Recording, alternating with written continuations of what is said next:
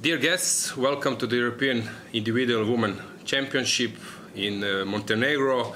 Petrovac is the place. I'm Grandmaster Lojzia Jankovic. With me is Dragana Nikolovska. Welcome, Dragana. Thank you very much. You're from Montenegro. I'm from Croatia, and you are from North Macedonia. I'm from Croatia, and we are now in Montenegro following this beautiful event. The hotel is nice. Yes, How very do you nice. find The it? first impressions so far so good. We still have to explore, but Yeah. Outside is sunny, but in the playing hall it will be even more hot, I guess, because players are coming here with big ambitions. We have 136 players from 34 countries. There is a strong show up from Azerbaijan. Also, we have Poland as a big group here. So, what do you expect? Which countries are your favorite in this event? well, I have to root for my own country.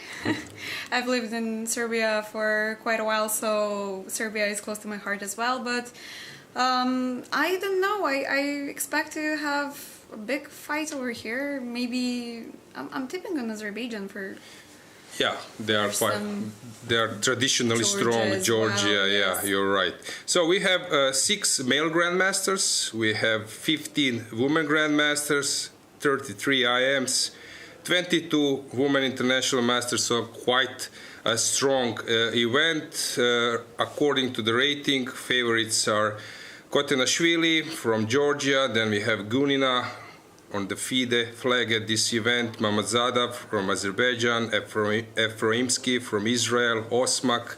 So they are all, we have like what, 14 players above 2400, so quite a strong top, but also in the middle there are some players who have strong experience in this type of events like Melia from Georgia, or Laura Unuk from Slovenia, Velikic as well, Zhukova, of course, Natalia, very strong grandmasters. So we will see. It will be very interesting. We have first round pairings with on the first board we have Kotenashvili against Lehatsi from Romania, then Toncheva against Gunina. Second board, Mamadzada on the third against Richterova. Usually in the first round, all those favorites, they don't win. I would say that this is something which is quite normal. What do you think? Do you expect that we have already on top 10 boards some huge surprise? I think we will see, but it's usual to have the most unpredictable result. So we're rooting for some upsets. Yeah, exactly. It's always interesting for the viewers to see some upsets. So I hope we'll see some. Yeah, some drama immediately Yes. in the first It's round. women's chess, so Yeah, okay. everything is possible. Yeah, okay. Of course, now I think the differences are getting closer and closer. Actually, I see this as a normal, regular, classical event. So I wouldn't say that there is any difference in terms of preparation these days, because they are all well prepared. I see many coaches here, like Vladislav Nevednici, like Onishchuk, husband from Zhukova, top player. Also, if I'm not mistaken, Mastro Vasilis is husband of Zavatska. So strong seconds. Top grandmasters, so of course openings are on the level. Also, what I would say that 36 countries, it's a huge thing for. Yes, it's a big number for the European Championship. So. How many European Championship you played? You played probably youth categories. Yes, as for me. the youth, I've played every single one. I think from 10 to 18. 1 year maybe European, next year the World Championship. So we get the feeling that it's very tough to be on the board, and I'm used to be on the board right now in these situations. But I'm very excited to try of this. Course. Yeah, new so role. Dragana will introduce some players in this room during interviews. I will help with the moves. regarding to your rating, and as you said, you are not only a player these days. You are more focused to your regular career, right? Yes, yes. I'm doing software development as my full-time job.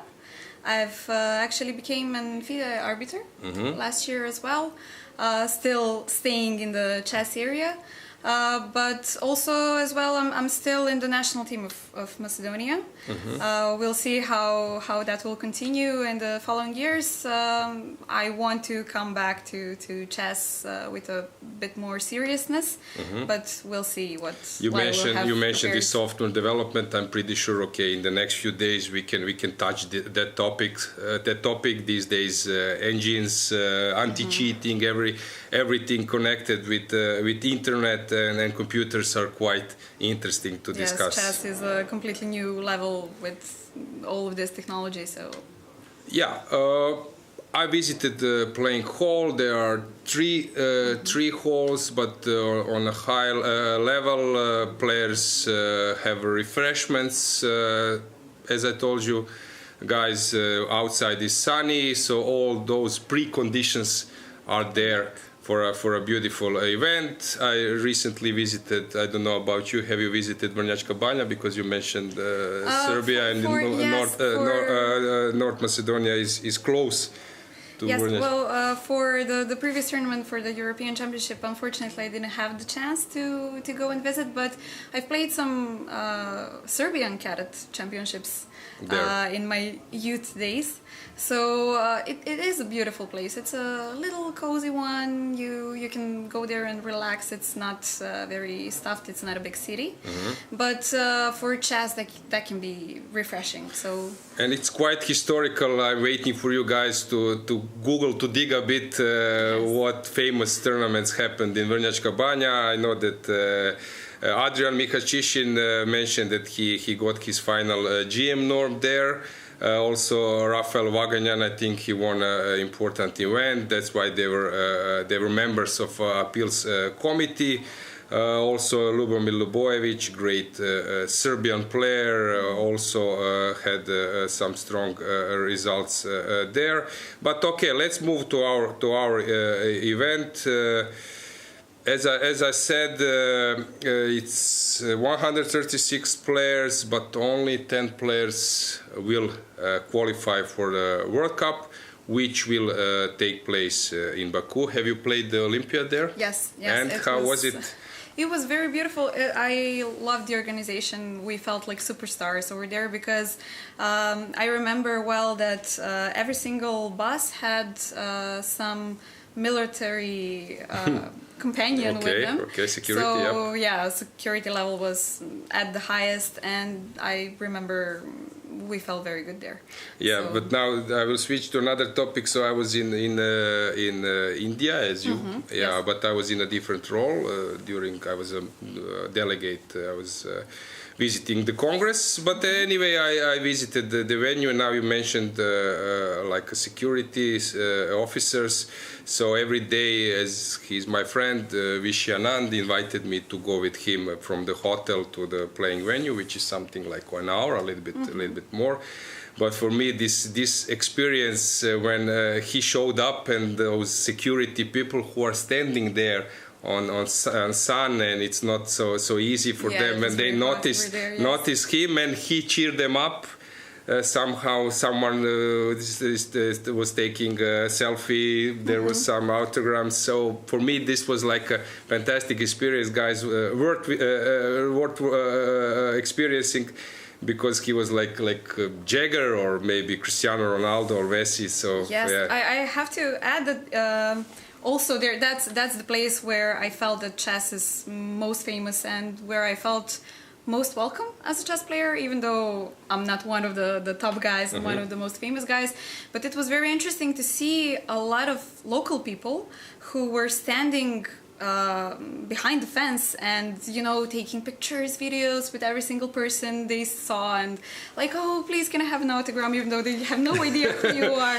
But they simply loved chess so much that they loved each and every single player, and security was also at the highest in India as well.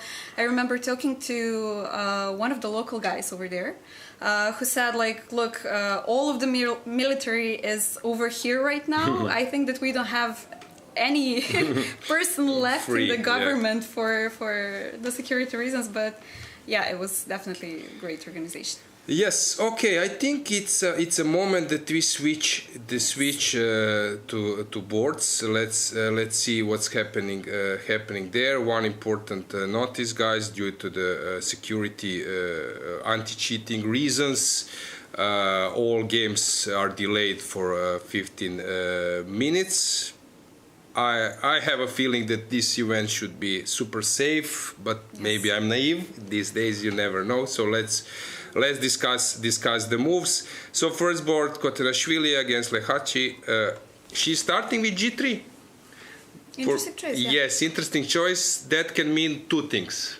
Either she wants to take her completely out of the book, or she just arrived today, or maybe late in the night. So it was no time for preparation, so let's just play chess.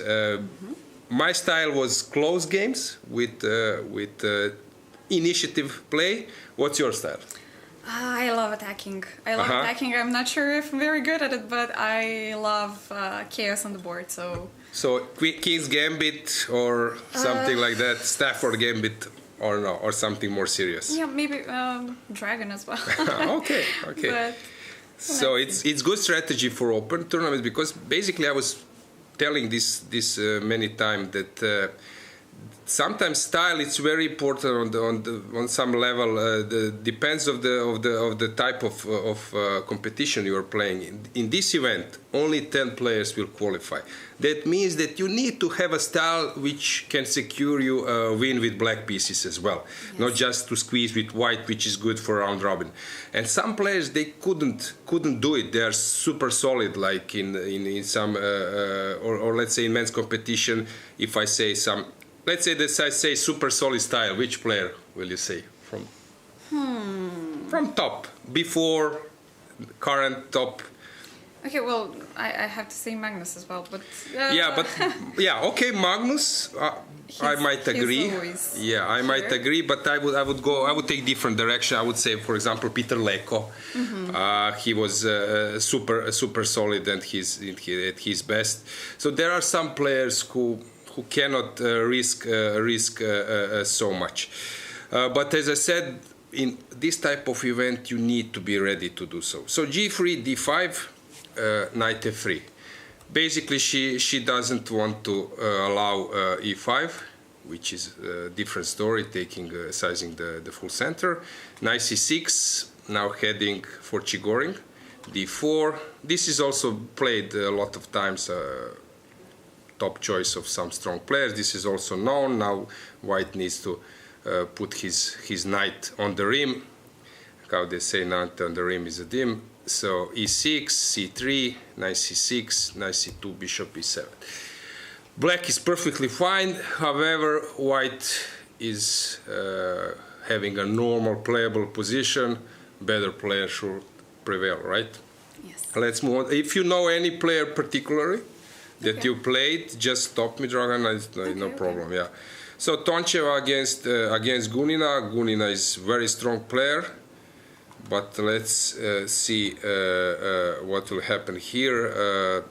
These days there is this big debate about Russian players playing in European events due to the movement of the federation to Asia, but this will take place only from 1st of May, so they can still play here under FIDE flag.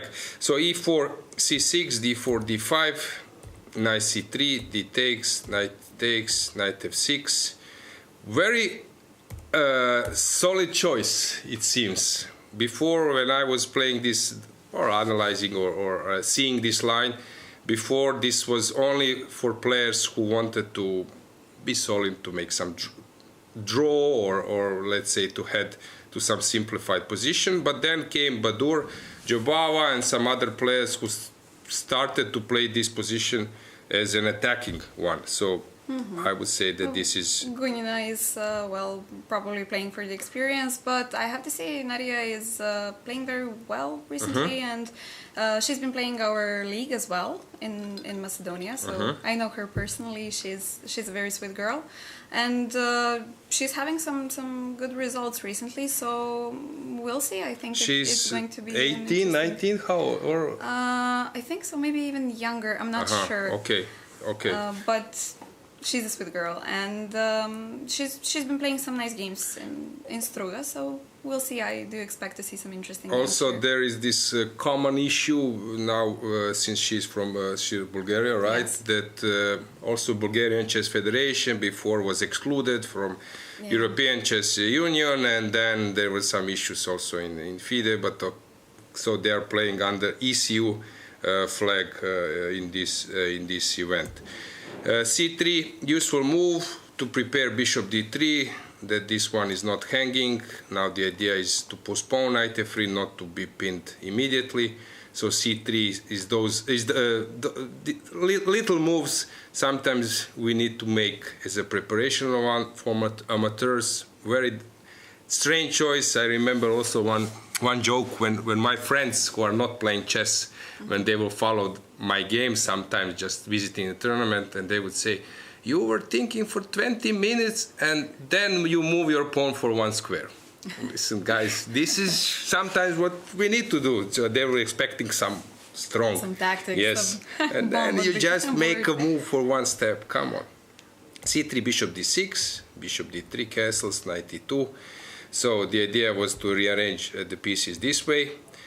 Now black will either play this way and g6 and transfer the knight to f6, or to play the way like Gunina did, knight e6, knight c7, trying to confuse white. But basically, I like the way how white played, just solidly improving her piece. So far it looks normal. Like we're developing, and we still have some attacking chances, I think.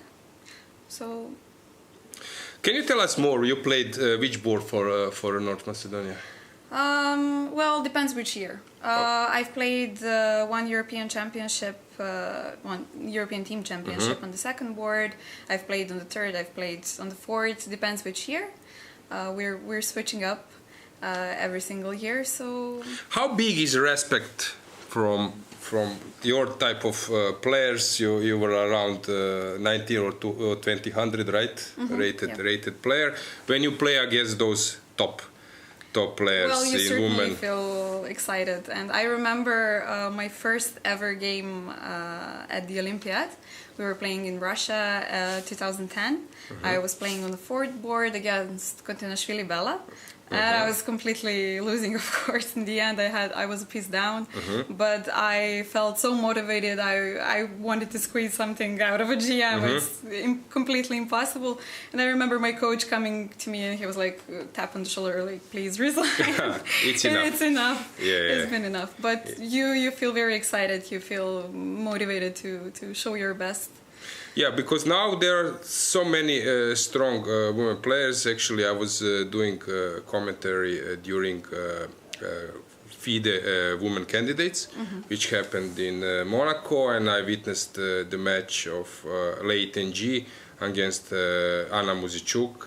And you see that the way how they play, that they are really professional, how they behave before the games, after the games. So they are really determined to make the best result possible. So I don't know. So you were not professional, right? It's not easy to sit against someone who is playing. How many games you played a year? Depends which year. When I was a youth, I would certainly play like 4 or 5 tournaments. Okay. I would try to do that. Yeah. But nowadays, I'm on the national championships, our league, if we have the Olympiad or the team championship or something like that. But it's definitely not enough. It's definitely not enough to stay in shape, and you can feel it on the boards. So, because I think those top women players I recall my years, and my best years I would play something like 140 games, or 30. I think they are doing the same. So of course they are more from tournament to tournament. Yes. They are more prepared in the openings and so on. So second board, interesting to follow, to see will Valentina make something in this position to bring some activity. At the moment it looks very safe for Nadia. Let's move on. Mamazada against Richterova. Kero, classical stuff, not yet. Okay, White was postponing H5. So at the moment nothing special. Let's move on to this game. Okay, this is call attack, E3. Actually, I remember one funny story. One amateur from Croatia, at that time engines were so weak, but they were decent. In some positions you could lost against those Mephisto, I don't know, those computer engines plus computer. And then he figured it out that computer cannot defend against this setup. C3, D4, E3, F4, and then somehow this blockade, and the engine couldn't understand it. And he will always manage to generate some attack. And for him was, these engines, they don't understand that. So somehow, I don't know how he found out, but he only played this Stonewall setup. Maybe he even played that only against the computer. Yeah, but so let's see, was this also intention in this game to put a blockade against 2451 rated computer on the other side. This looks nice, looks sexy, right? You play knight f3, you move the bishop, and suddenly you deliver attack. Yeah. Will it happen? Who knows? Okay, let's move on. Osmak against Calzetta. One more thing. Marcel is from Israel, if I'm not mistaken. Next year, guys, European Individual Championship will take place in Israel, if I'm not mistaken, both sections. Men for sure, but I think also women. Maybe I'm mistaken. We can check later in the calendar, right? So it will be interesting to see how local players will perform there. Osmak against Calzetta. Okay, everyone is playing these days this gambit. Everyone. Before, when I was saying this during broadcast in Vrnjačka Bara during a European Individual. I was a guest to commentator Miodrag Perunovic, and I mentioned that I analyzed this. I was doing a second job for Ivan Sokolov when he was playing in YKZ, a tournament where Magnus played, Vichy Anand, and so on. And he gave me this idea to analyze this position, this move. Okay, some other moves as well. So I analyzed this move, and actually it didn't happen, but it was maybe more than 10 years ago. And actually, this is typical. When you invest a lot of energy in openings, in your chess development, sometimes those fruits are coming later. So he didn't have a chance to play it, but in few weeks or even less, he played against Yakovenko at the league in which league was it? Was French league. And he played this move and he won the game. So for me, what is an idea for this b5? To play bishop d7, I think, is the concept. And then suddenly a6, bishop comes out. Black is it's having some speed development. Of course, computer says that this is complete crap. Believe me. Okay. But these days, computer, of course, can bury any line. So bishop d7 immediately is also a choice, and now everyone is playing this line with pawn down. But as I said in Vrnjačka Banja, this is typical. You are pawn down, and somehow you feel that you are the one who is putting initiative, that you will attack forever, and suddenly your opponent gives you back some pawn, and maybe opens some even bigger energy and getting some initiative out of it. So this is also you don't have the same yes role anymore. yes same role. This is very common, right? So this bishop g5. Okay, if this knight was not on c3, then this knight e4 would be a nice trick. When bishop takes f2, and then yes. bishop f2 is a checkmate. This is what I'm teaching my students, that you have a relative pin and absolute pin. Absolute pin is when the king is behind. For example, his bishop is here. This is absolute pin. And the relative pin is when some pieces is behind. Usually it's a queen or a rook. But don't forget, guys, that with relative pin there is always this unpinning, which might be a tactical issue. So usually when I'm pinning the king, absolute pin, I'm relaxed. But when I'm pinning some piece, I'm always I'm always unaware. Okay, normal position. Maybe for black this is a wise choice. You sacrifice a pawn, you play some initiative game. If it doesn't work, you play it against stronger opponent. But also it's unpleasant for stronger player, that sometimes you don't want to risk too much against weaker rated players. So maybe she won't be comfortable there. Okay, so we have this game. Yavakishvili, very strong player. Okay, playing Sicilian. Lela. Okay, e5. d6. This is what I play, this Kalashnikov or Laburdone. The point is to delay knight on f6, not allowing bishop g5.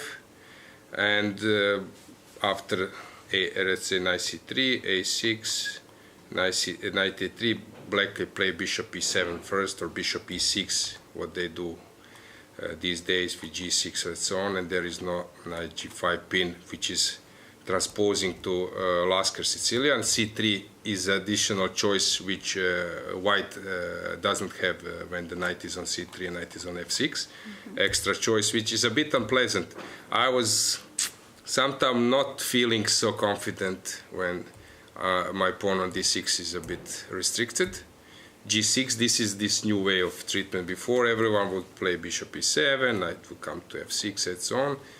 But this bishop g7, knight c3. What would you say from your style? Are you a light squared strategist or dark squared? You said you mentioned dragon Sicilian, right? Yeah. Well, over there we have to play for the dark squares, but I don't know. Depends on the position, I guess. What do you play against d4? I used to play some Volga. Okay, then I would say that you have bishop on g7, that you are dark square player. Me as well. Usually I like dark square strategy with black. With white sometimes I'm light square guy. Depends against whom, I guess. Yes, yes. But here obviously black is trying to achieve some dark square strategy at some stage. We will see how. Okay, not an easy position to break through. Why? Because if white plays something like knight h5 or something, push f5, still this doesn't mean much. Always this d6 will be an issue. So white sometimes is pushing on the other wing, and it's sort of race. Okay, this might be a useful move with the idea at some stage, if white plays b3, then some b5, knight d5 tactics might work in some stage. So this is a move you want to do. Lela is playing super fast. Livia is still thinking, so still a normal position. Irina against Ekaterini. Okay, this is the same opening. Kalashnikov, Laburdone, bishop e6. So this is like this new treatment, bishop e6, g6. Everyone is playing this this way these days. Bishop d, cd. Okay, looks nice, but I would rather be white. Have you played against Greece and let's say Pavlidov Against Or Polvidu, Yeah, Polvidu. no. But I know her. She's also young, very right? sweet. Yeah, she's a bit older than me, but she's young. Okay, she's young. then. Yeah. She's been playing for the national team for a long time as well, I think. So, Because Greece is now some country in women competition, because I recall when I commentated 2 years ago European Teams Championship, that Greece performed very well, that they have now... yeah, they have Solikidu, yeah, they have really nice promises now, so they are a team, that's a team to follow. Italy is also some team which was not like top before, and now they are really strong. White is better, but White needs to know how to squeeze this position, because okay, White can of course or probably at some stage exchange this one, but anyway, okay, not a bad choice.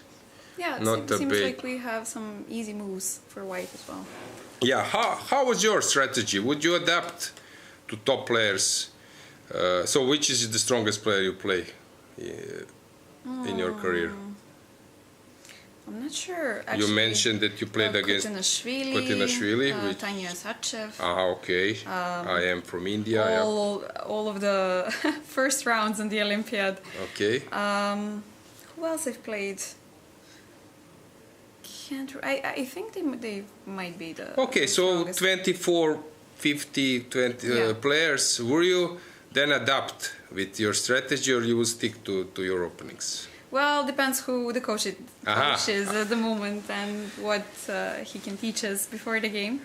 Okay, so preparation is important. Is the key at the moment. But okay, we always try to adapt, of course, for the opponent, but depends what you have at your disposal. Yeah, this is always a question, because sometimes you have some openings which are extra sharp and maybe risky. It's good on maybe some level, but on higher level looks risky, and then you don't want to become silly and lose with some super sharp opening. Learn 20 moves by heart, but also and then lose the 21st. You don't want to play the type of chess you don't prefer, like some dry or solid, which you don't know how to hold. Yeah, this is always a tricky thing. Okay, let's move on. We have now former world champion Antonetta Stefanova, great player. I got an info that she moved to Spain. Very nice country to move to. Yes, her husband is a top player. So Ivan Cheparinov, they moved close to Valencia. So lot of sun, similar like here. So maybe she will. The seaside, yes, maybe she will be familiar with conditions. Yes. Antonetta is of course a great player. Played so many strong games in men's and women competition. So very experienced player. Probably Zhukova is here, but Antonetta might be the most experienced player. What do you think? Would you agree with me? She's a former world champion, so yes, definitely she has the edge. Yes. Okay, we can check her rating. If I'm not mistaken, her career high was 25-20 or 30. So she was really highly rated, deservedly of course, but now she's 24-33. So she's not in her best, in her prime, but anyway, still very strong and good rated. White is playing some off-bet line. Bishop c4, bishop opening, knight f6, d3.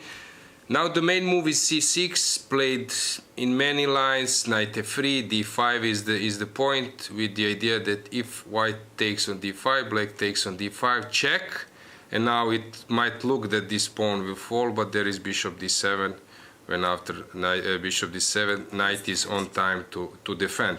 And there was this famous game, Magnus Carlsen against Fabiano Caruana, which took this direction, bishop d2, Magnus played bishop d2, if I'm not mistaken, and now Caruana played bishop d6. I think this was the year when Caruana made 7 out of 7 in Sinquefield. But here there is a beautiful, the most prettiest move I've ever seen in my career. It goes this way, queen d2, with the point if takes, again the same system, knight takes, and it's on time to defend. Of course, if black takes, that he will lose the right for castle. Also, this one is hanging, and that one as well. So here black can play d takes, and then castle. And now there is this knight e5 move. We're not. Okay. Threatening there and there. Black can play queen e7 at this stage, and now queen f4. It seems that white is pushing. Everything seems towards direction of queen of f7 square, and now comes this knight h5 move, attacking the queen. If black takes on f7, which is the point now, takes, and one important thing, guys, here white has a rook and 2 pawns against a knight and a bishop, which is better for white because white has 2 connected pawns. If the pawns were not connected, those additional pawns, it would be enough to fight with 2 pieces against the rook and 2 pawns. But since they are connected, black king can take this dark square, and suddenly white can start rolling. So here in this position, black plays this move, king h8, and now you can pause a video or make a break. There is only move with which white can stay in the game. So this is fantastic thing. So it seems that if queen moves, queen needs to move somewhere, that the knight is falling. It looks like winning move for black. Everything is hanging. It looks like a brilliant idea. Now only move with which white can stay in the game. Any idea? It's hard, so don't. Okay, but I'm always considering first the crazy move like bishop h5, but I think it's completely. It doesn't work. Unfortunately, yes. Queen is hanging. Trying to look for some tactic. So there is only one move. One move.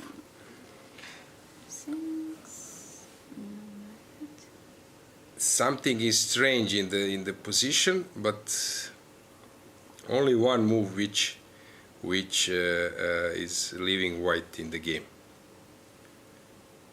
Okay, I don't want to make a test for you. If you feel that you can find it, you could do it, but it's not so important. It might take a while. It's a crazy move. Which is the craziest? So bishop h5 was it's one. Definitely the craziest. Can you offer something else? Okay, a little bit even more crazy. The craziest one. Usually, I was joking with my friends who are not good in chess. For them, it's easy because sometimes the stronger player you are more connected with material, logical move material. For them, it's not a problem. They just give everything up. Give everything. They don't mind. So only one move.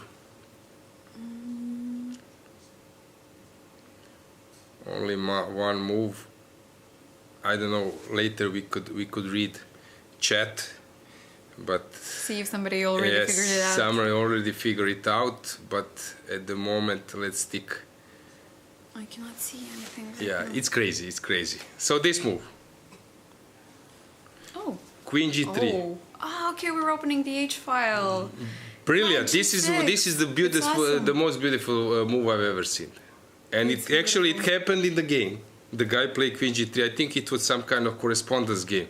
Fantastic move, brilliant move. I was looking to give something up right away, but Queen g3 didn't enter my mind. But it's such a beautiful move when you see the idea. Perfect idea. Knight takes and then knight g6. Yeah, knight g6 coming. Pawn takes and suddenly checkmate. Checkmate, yeah. Checkmate. Beautiful. Queen h4, of course, doesn't stop it. Just postpone it for one move. It's checkmate. So only move which leaves, and take a look what happens then. After queen g3, okay, what can black do? This one is hanging. Black can only take the rook, knight takes, queen takes, and now I move my queen somewhere.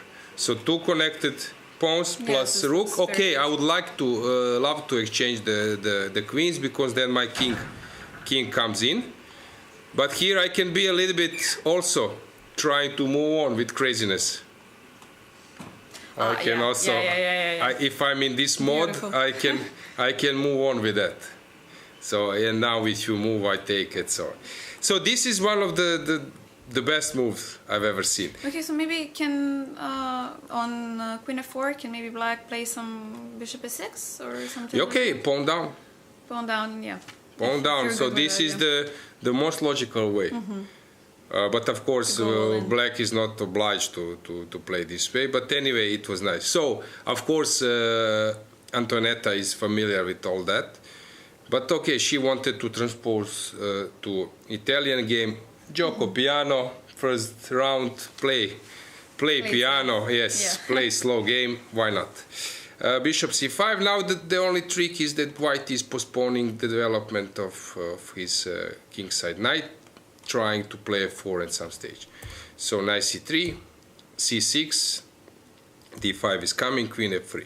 Okay, this is a bit new for me, because I never seen this queen f3. Now probably black is thinking, is it possible to maybe play something active, castle, to play for speed development?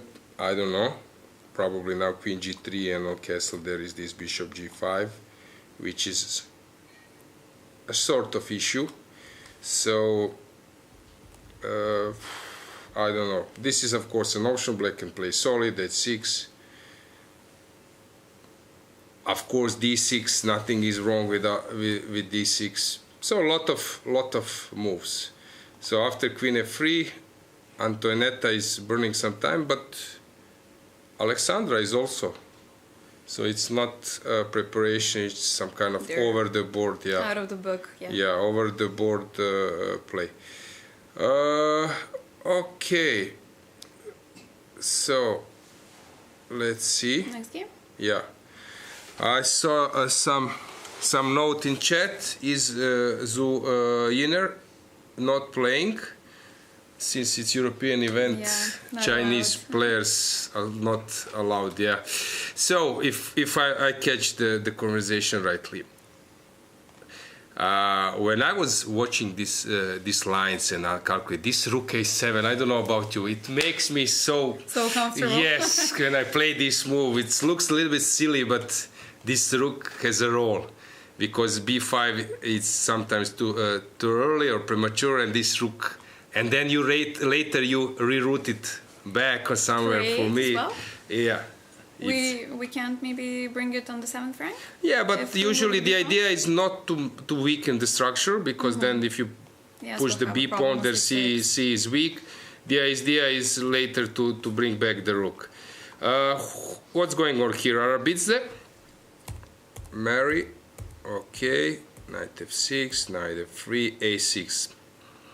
This is also very topical. Before, let's say, 15 years ago or 20 years ago, only Morozevich would play this way, as a top grandmaster who would try to play out of the main line's positions. But these days everyone is copying. Magnus also likes to play this type of moves. So the idea is to provoke CD, because now if I take DC, still this pawn can hang, but after a6, then b5 is the idea. Takes, which provoke at some stage CD, and then black. You know what is the thing? These days, engines, they're happy when they define the structure.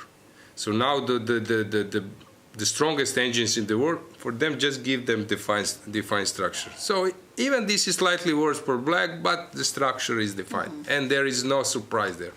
Bishop g6. This is like this new treatment. Bishop e6, takes, rook a7, knight d5, probably queen d8 is the trick, and then black is threatening c6 because of the pin.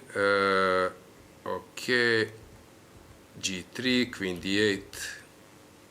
This is super solid, and one more important thing against bishop on g2. Sometimes this bishop is not passive, but it's not active enough against this wall. Yeah. Castles, knight d7, rook d1, bishop e7, rook e1, castles a3. Normal stuff. Black is fine, white is fine. So hard to say. A long way to go. Yeah, Sochko Monica, also strong player. Her husband is Bartosz, is very strong player as well. Polish grandmaster. Typical structure, long maneuvering. Black is safe, but also white has some trumps. Typical stuff. Let's go briefly through some other games. Danielian. Okay, this is Marozzi, Bind, long maneuvering, good for white if white is patient enough, but also solid for black. I'm wondering if Susanna is going to use some lines from Chess Mood. I don't know if you know she's part of the team. Of the Chess Mood. They're, let's say, new in the last 1 or 2 years or something, since I've caught them up, and they have some new courses. They have some opening courses, and they're expanding now, and looks like very good material, especially for somebody who's a bit lower rated like me. But I think that they have some quality content, and I'm wondering if she's going to test it out on the European Championship. Yeah. Probably, why not?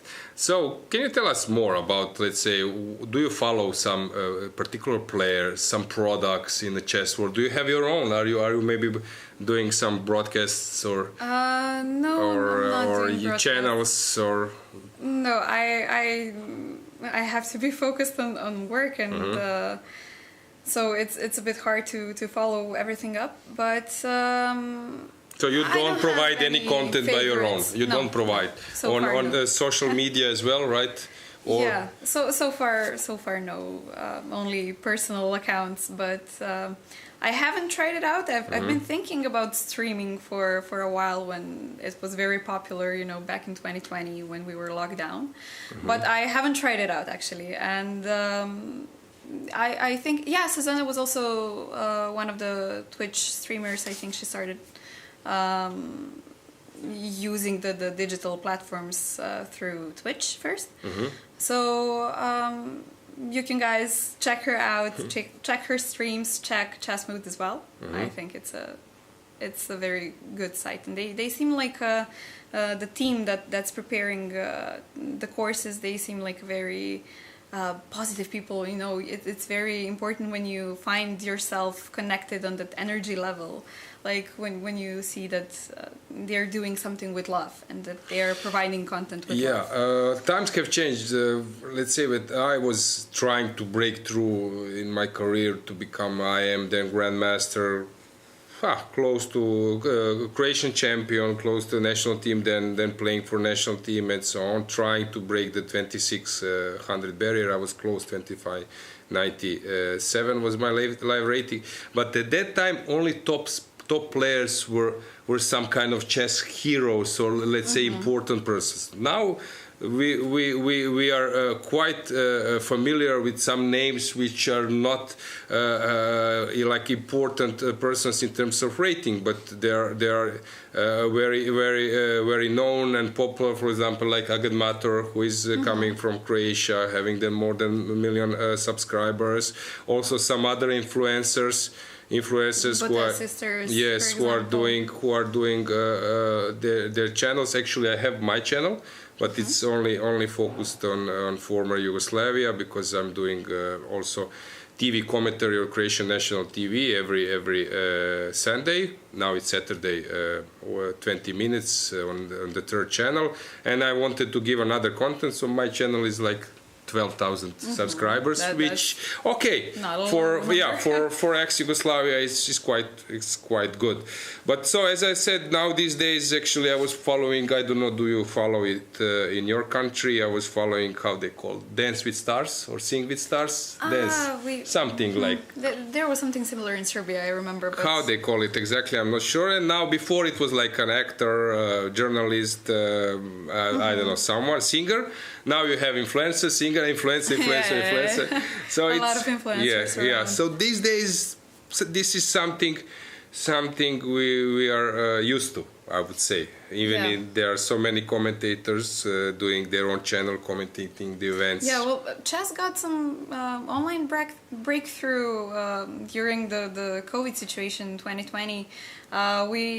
Because it was the only sport that could have continued in those situations, even though it was providing only content, right? Yes, and everybody who managed to use it got famous. But I think it's very good for chess itself, and especially Queen's Gambit. We have to mention it, that made chess very popular. And at that point, all of my friends were like, I've seen the series on Netflix, so you have to check it out. But it's a good way, every single way of promoting chess for the masses. We have to start with the masses. So how do you find Queen's Gambit? Very interesting show. Very interesting show. Anything particular? Well, okay. First two series parts were a little bit slower, right? And then and later on, when she's a bit older and when she's playing the tournaments. Any connection with the regular chess world? You can maybe say. Yeah, but there are famous Bermuda parties. The Olympiads. How was in Chennai? I was only briefly visiting with Vichy, then we left. It was good. How long you stayed? If it's not a secret. I don't know, maybe team. 2 a.m. or something like that. It was decent. Nothing out of the ordinary, but decent. We have the rest day tomorrow, so we squeezed the rest day as well. Saw some temples. It was good. I needed to go early because I was a captain of European team at the football game, which was played during a free day. There was Asia. So you had to rest. Asia, yes. Okay, not so much, but there was Asia, Africa, all those continents. I was a captain of Europe, and it was a big mix of grandmasters and also some women players played. So it was quite cool, but I couldn't stay for a longer period. It was good. Yeah, but okay. From my point of view, Queen's Gambit, if we want to discuss, I would say there is something which is normal for chess player. For example, when you're traveling, you're taking some book, you are reading a lot, memorizing. Let's say also the way how this bohemian way was how people were a little bit bohemic in some previous time. But one thing I would say, it's not precise.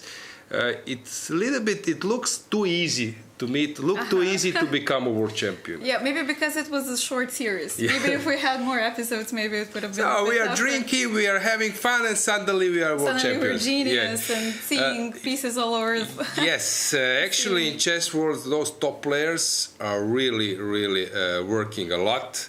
Yes. They are memorizing a lot. Someone can have this image of maybe lazy guy or not working, non-workaholic, but believe me, guys, they have like super memory. I have strong memory, I would say, but those top players have like super memory because information, how much information you need to follow. I remember that one stage Kramnik said before his match, I think it was against Leko in Bonn, he said, don't provide me any information. So he had like so many seconds. They would say, in this line there is a new idea. I found that one. This is a hole in one line. He said, don't provide me any. I cannot memorize it anymore. So it's really, or grasp it or whatever. So these days it's really those players like Geary, and they have like a really super memory. They are doing physical activity. So it's quite it's really hard hard to become a top player. So yeah, it's funny. A lot of people who are not familiar with chess players, they say that like, oh come on, you're just moving some pieces around. You sit all day. Like, why would you need some physical training? You do need to have it, because when you have to sit like for 5 hours on the board, you have to be able to concentrate and not completely fall down in the chair. Yeah, I understand your point. Yeah. Someone said that Queen's Gambit 2 is coming. I don't know about you guys. Do you have any info about it? I think it's mentioned. Not sure when it's coming or if it's coming, but I think I've seen the same information. I'm really looking forward to another boost for a chess in general, for women chess. So we are waiting this. So please give us Queen's Gambit 2 with precise remarks, that we have another Gabrinashvili case. Yeah. I think Kasparov was helping out with the scenery and with the games. Is that correct? Yes, it's correct.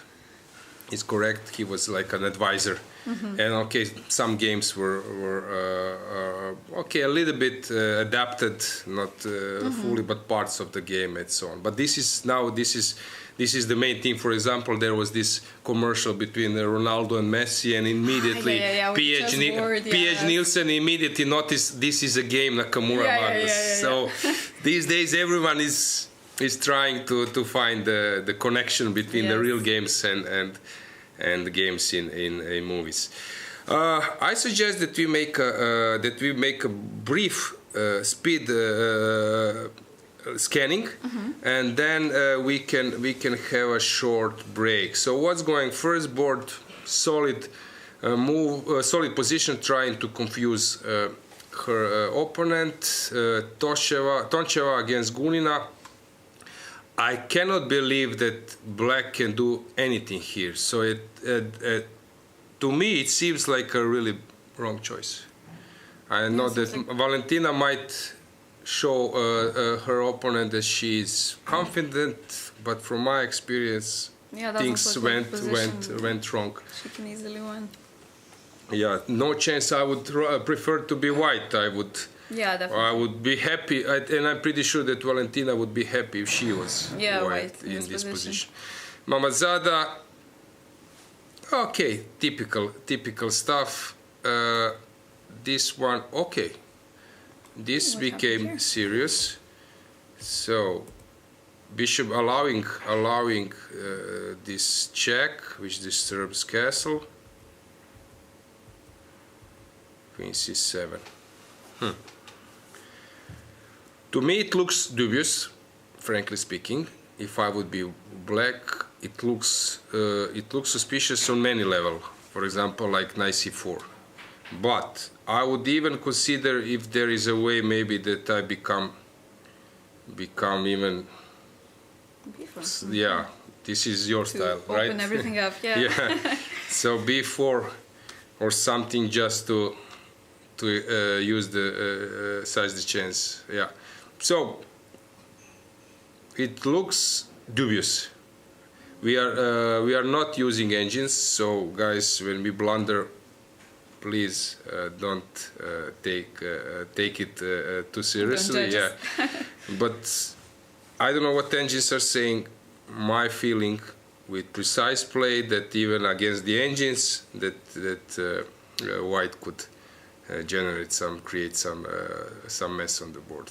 Shiro would be happy in this position. It would be like a birthday present. Julia Osmak, okay. Is Buxa playing here? I'm not sure. Yeah, she's playing. If I'm not mistaken, her husband is Mamedov from Azerbaijan, top player. If I'm not sure. Yeah, he was following her in Slovenia. Okay, this typical stuff here. Okay, not much has happened. Bulmaga. Okay, still Stefanova trying to put pressure. This one, in the end b5 was played, which for me it's not an ideal, because now some transfer and this square. Remember guys, pawns, they don't go backwards, so watch out creating holes. This is typical. Which one was that? Also typical stuff. All others were still in the process. So I suggest that we make a break and that we come in a few minutes. So stay with us, guys. Yeah, see you later.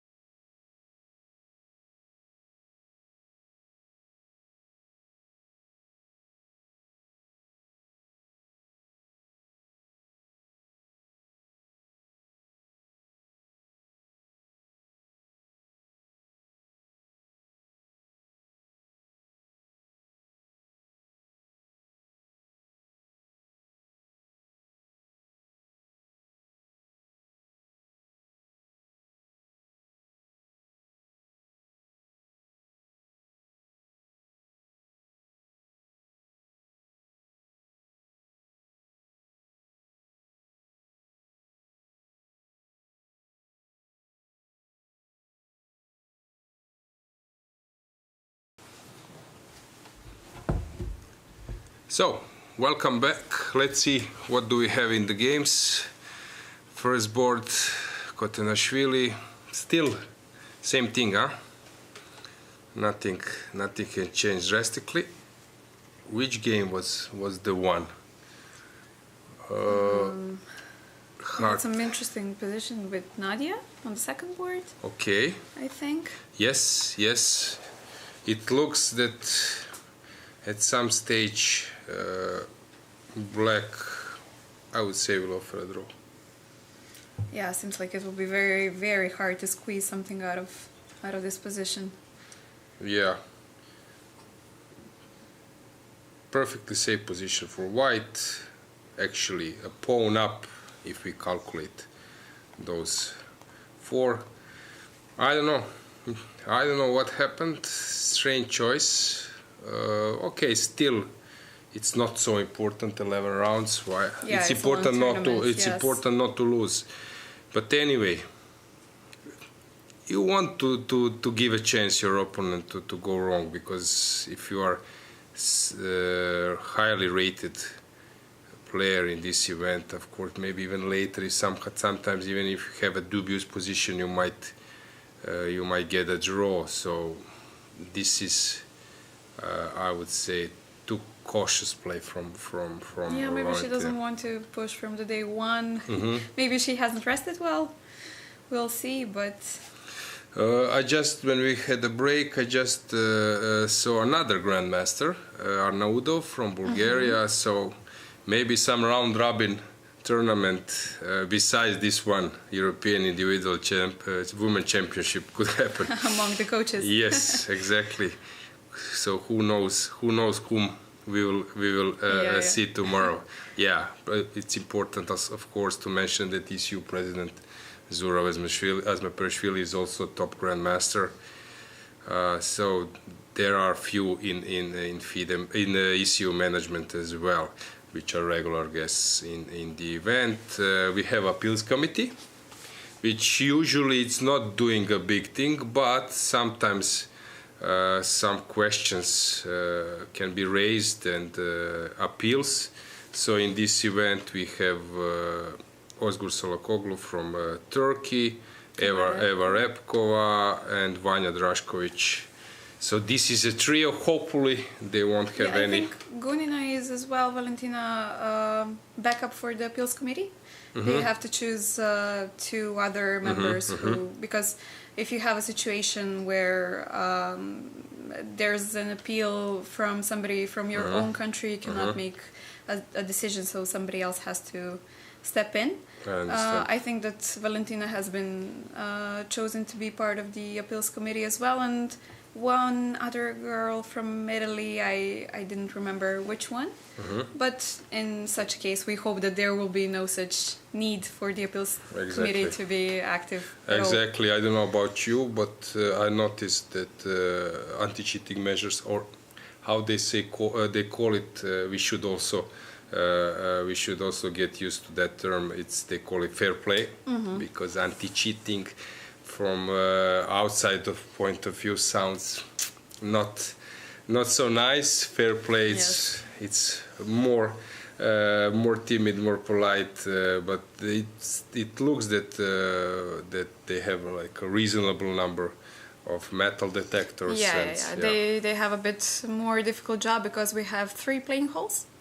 We have 2 spots where the checking is done, because 2 of the playing holes are on one side, and so you can have like the same checkpoint for those 2, but the other playing hole is on the other side, so there needs to be 2 different checkpoints. But so far it seems like they've done a good job, and the first day we didn't have the delay. I think usually the first day it's a bit chaotic. Queues can especially be, in Olympiads. Especially Olympiads. 2 things: fair play measures, or let's say anti-cheating measures, plus toilet queues. Yeah, this is quite common Yeah, we have actually a fair play expert from our country as well, Bojana Bijatovic, and she's doing a great job. Yes, greetings to Bojana. Yep, Yeah. I know. She probably will be involved, if I'm not mistaken, in also World Championship match in Kazakhstan. I don't know, but before she was doing this. She was doing it during Candidates Women in Monaco, also in I think in Uzbekistan as well, India. So this is very important to know, to be one step at least to catch those new ideas. Actually, have you played? Okay, you are younger. You probably haven't played in Khanty-Mansiysk 2010. It was my first Olympiad. Okay. It was my first Olympiad. It was like Queen of Katwe. Have you watched that movie? I haven't. It's on my bucket list. Yes. Yeah, bucket list. To-do list. Actually, I watched the movie, and it mentioned Khanty-Mansiysk Olympiad, and it's of course. For movie, it's when you say Siberia, it means snow and quite cold. But actually, it was during the summer. It was not cold at all. So, I wouldn't agree. I wouldn't agree. There was some strong wind, but in the hotels, it was very, very warm. I remember going around in t-shirts. You were probably in this Olympia or something hotel. What was Olympic or Olympia? Yeah, it was built especially for the but event. I was not. I was at the biathlon area where the candidates tournament at Ishianan won the event, which was a little bit off the venue. So we needed to travel, walk a lot. But I remember this scene from the movie when it's snowy, but the Olympia was not snowy. Yeah. But I wanted to mention at that Olympia there was this Sebastian Feller case with this cheating in a team event with his captain.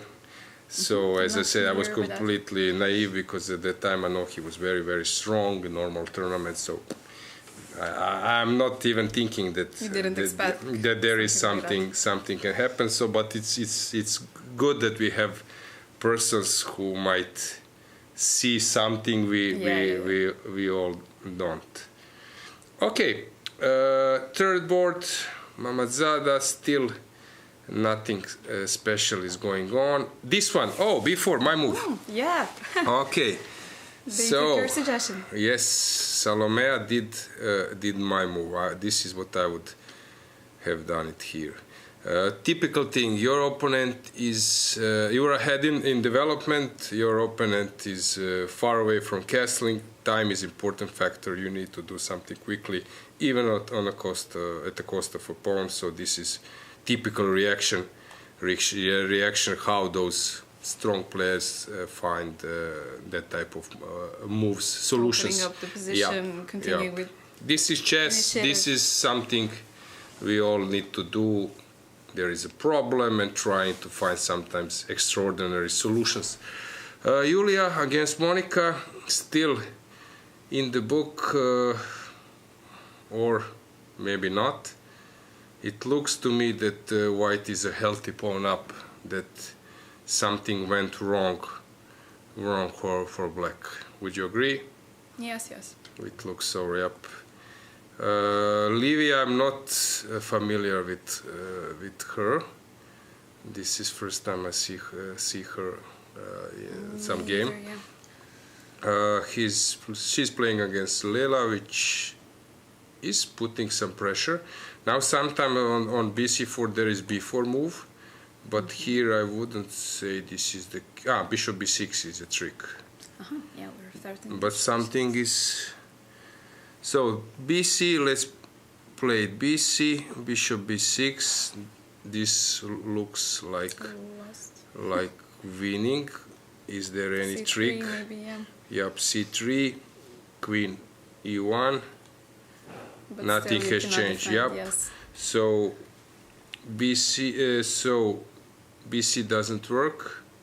I can take on d5, of course. This is an option. You take with c.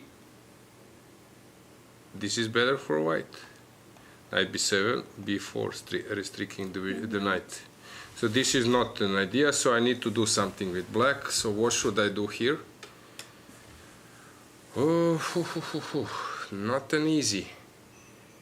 I can take with the knight and then cd, this might be a better option, but anyway, it looks unpleasant.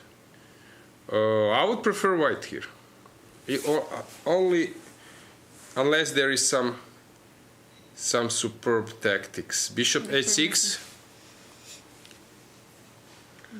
Bishop h6. If this is a solution, maybe it's not. Bishop h6 and then knight. This gives discovered check. Knight e4. No, this doesn't work. I just take knight e4. I guess. Bishop d4 maybe. Bishop d4 bc. Okay, or I can Or take. Yeah, but this is take, yeah. this is better for white. d6 or even queen d6. White is not risking anything. So I'm curious to see what will happen in this game. What's the situation on clock? Okay, white is a little bit ahead, but still not much. Okay, this is the game to follow. Maybe we can have some surprise in this game. Irina against Ekaterini. Still not much is happening there, although it looks comfortable for white. Antoinetta, has she created something? Maybe, hard to say. I know that Antoinetta sometimes is spending a lot of time because she's consuming, because she's playing original chess, usually sharp. But she's up here. She's up with the pawn. Yes, so here she's quite comfortable with her position. Mary against Nadia, what's going on here? Looks slightly better for white. White is safe here. She can go knight d3. Knight can jump. I don't know. It looks better for white, although some top players would know how to handle it, since two bishops. But this move was nice. This knight c1 rerouting. When knight comes to d3, it will be unpleasant. Okay, Monica. Okay, interesting setup from white. She moved her bishop away from the exchange. Hard to say what will black. Okay, black might take and place the bishop on b5. It looks also comfortable, but maybe white is trying to play knight e5, which can change the position. From a strategical point of view, let's move on. Here, slightly better for white, although nothing tangible. Knight d7, knight c5. Which game we will following this one? Looks good for black. Olga is having a good position. Active bishops were two sort of inactive one. We were not following. Is there any game you would like to give a chance? Maybe we can see Tihana on the next board. Yes, Tihana from Croatia. Okay, this is complete mess. So white. An interesting position. Yes, good choice. So this is typical, trying to play this hanging pawn structure, but before usually people would do in this position trying to take on d4 something, but new treatment is that you push on c4, abandon this pressure. But okay, this bishop on b2 is a little bit awkwardly placed. g6. So white is basically playing all in. There was famous game, first match, Vichy against Magnus. Not that type completely, but it was similar from positional point, or not positional, but strategical point, that white was placing everything on a kingside attack, while black was trying to get control on the queen side. How would I continue with the attack as white? So I was thinking h6, but this leads nowhere. Now she cannot take because of fork.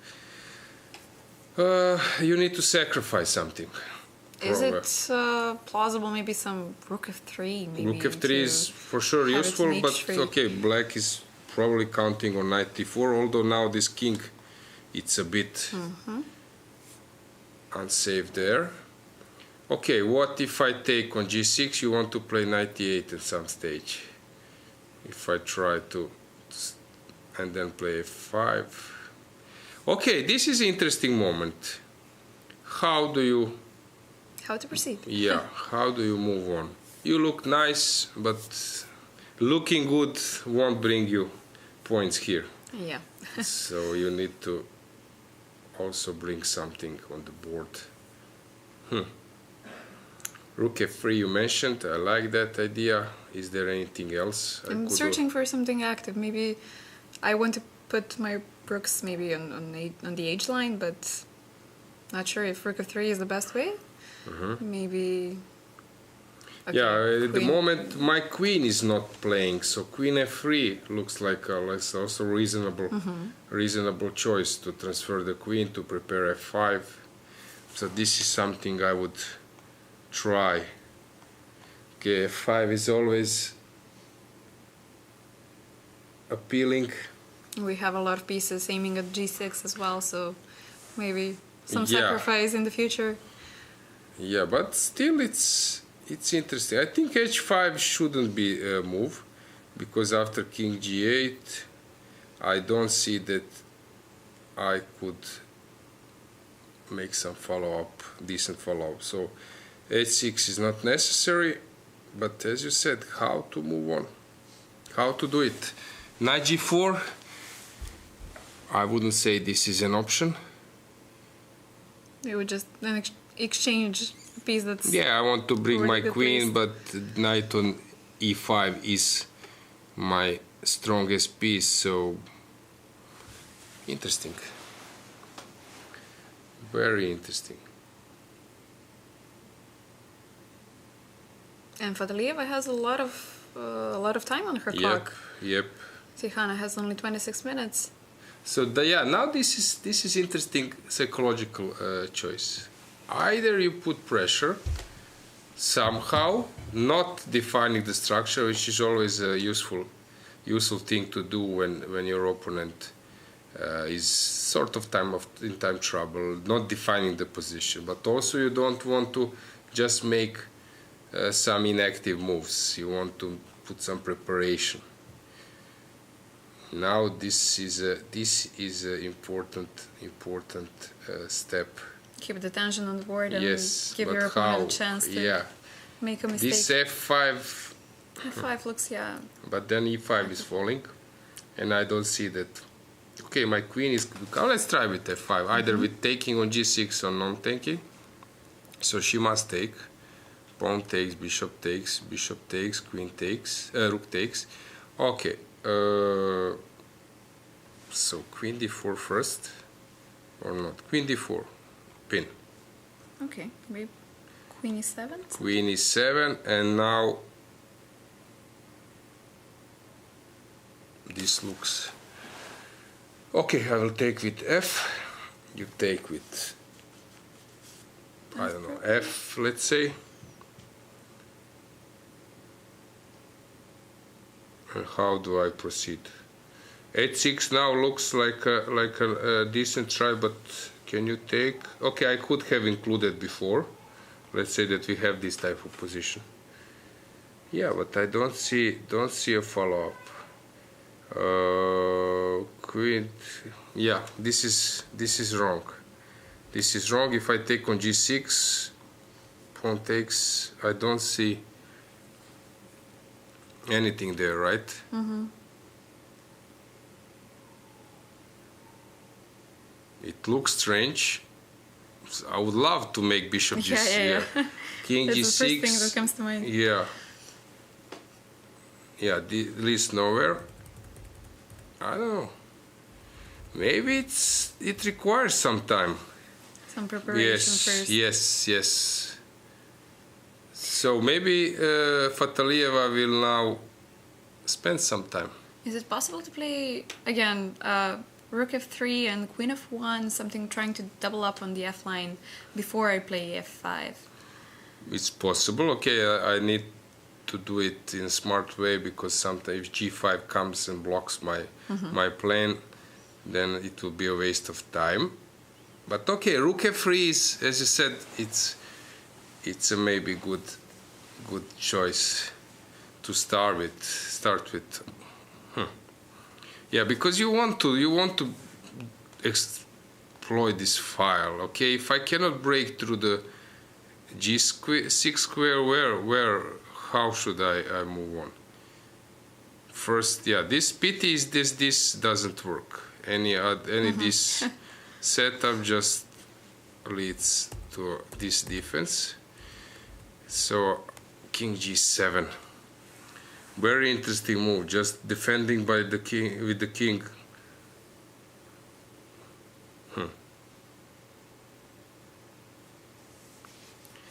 So Queen F3. I would have started with this move. Queen F3.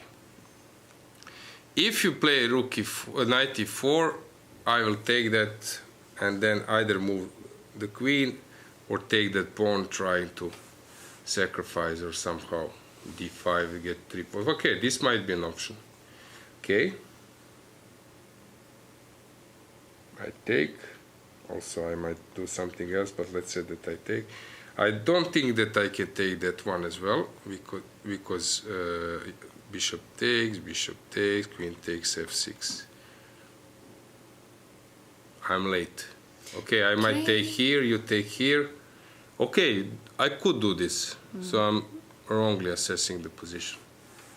This is fine for white. F5, F6. It looks... Yeah, or the diagonal, just the diagonal. So here you cannot jump in, but then Queen F3 is a reasonable option. Can I maybe play F5 if you play now? The same line I mentioned here, or no? No, on 94 now F5. Okay, this is also an option. I agree. It hangs on E5, but yes. Also, maybe F6 is this move possible. Then I take on D7, I guess, and then take on G6. But okay, this one is hanging. Yeah. Complete mess. Okay, guys, we will follow this one closely. Let's move on. Wagner Dinara, who played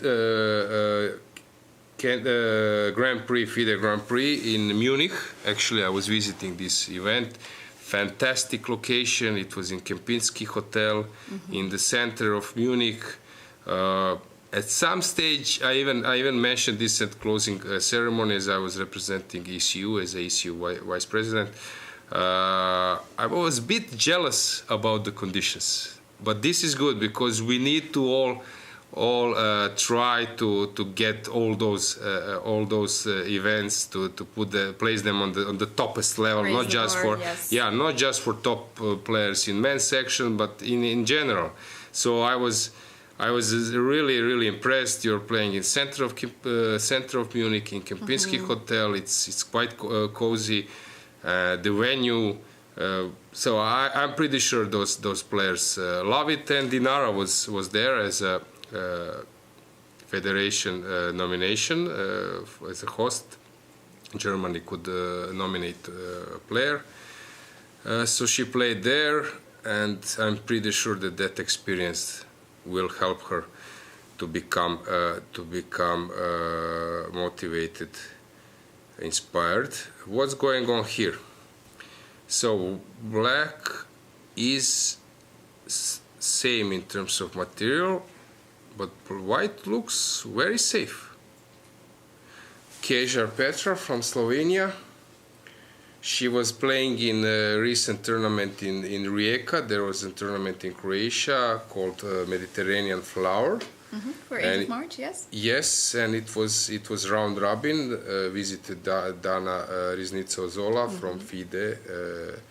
She visited the event. We were there together. It was really nice to see 10 players. It was round robin. In the recent times, there are not so many round robin for that type of players. You have like a Grand Prix, Grand Swiss, and so on.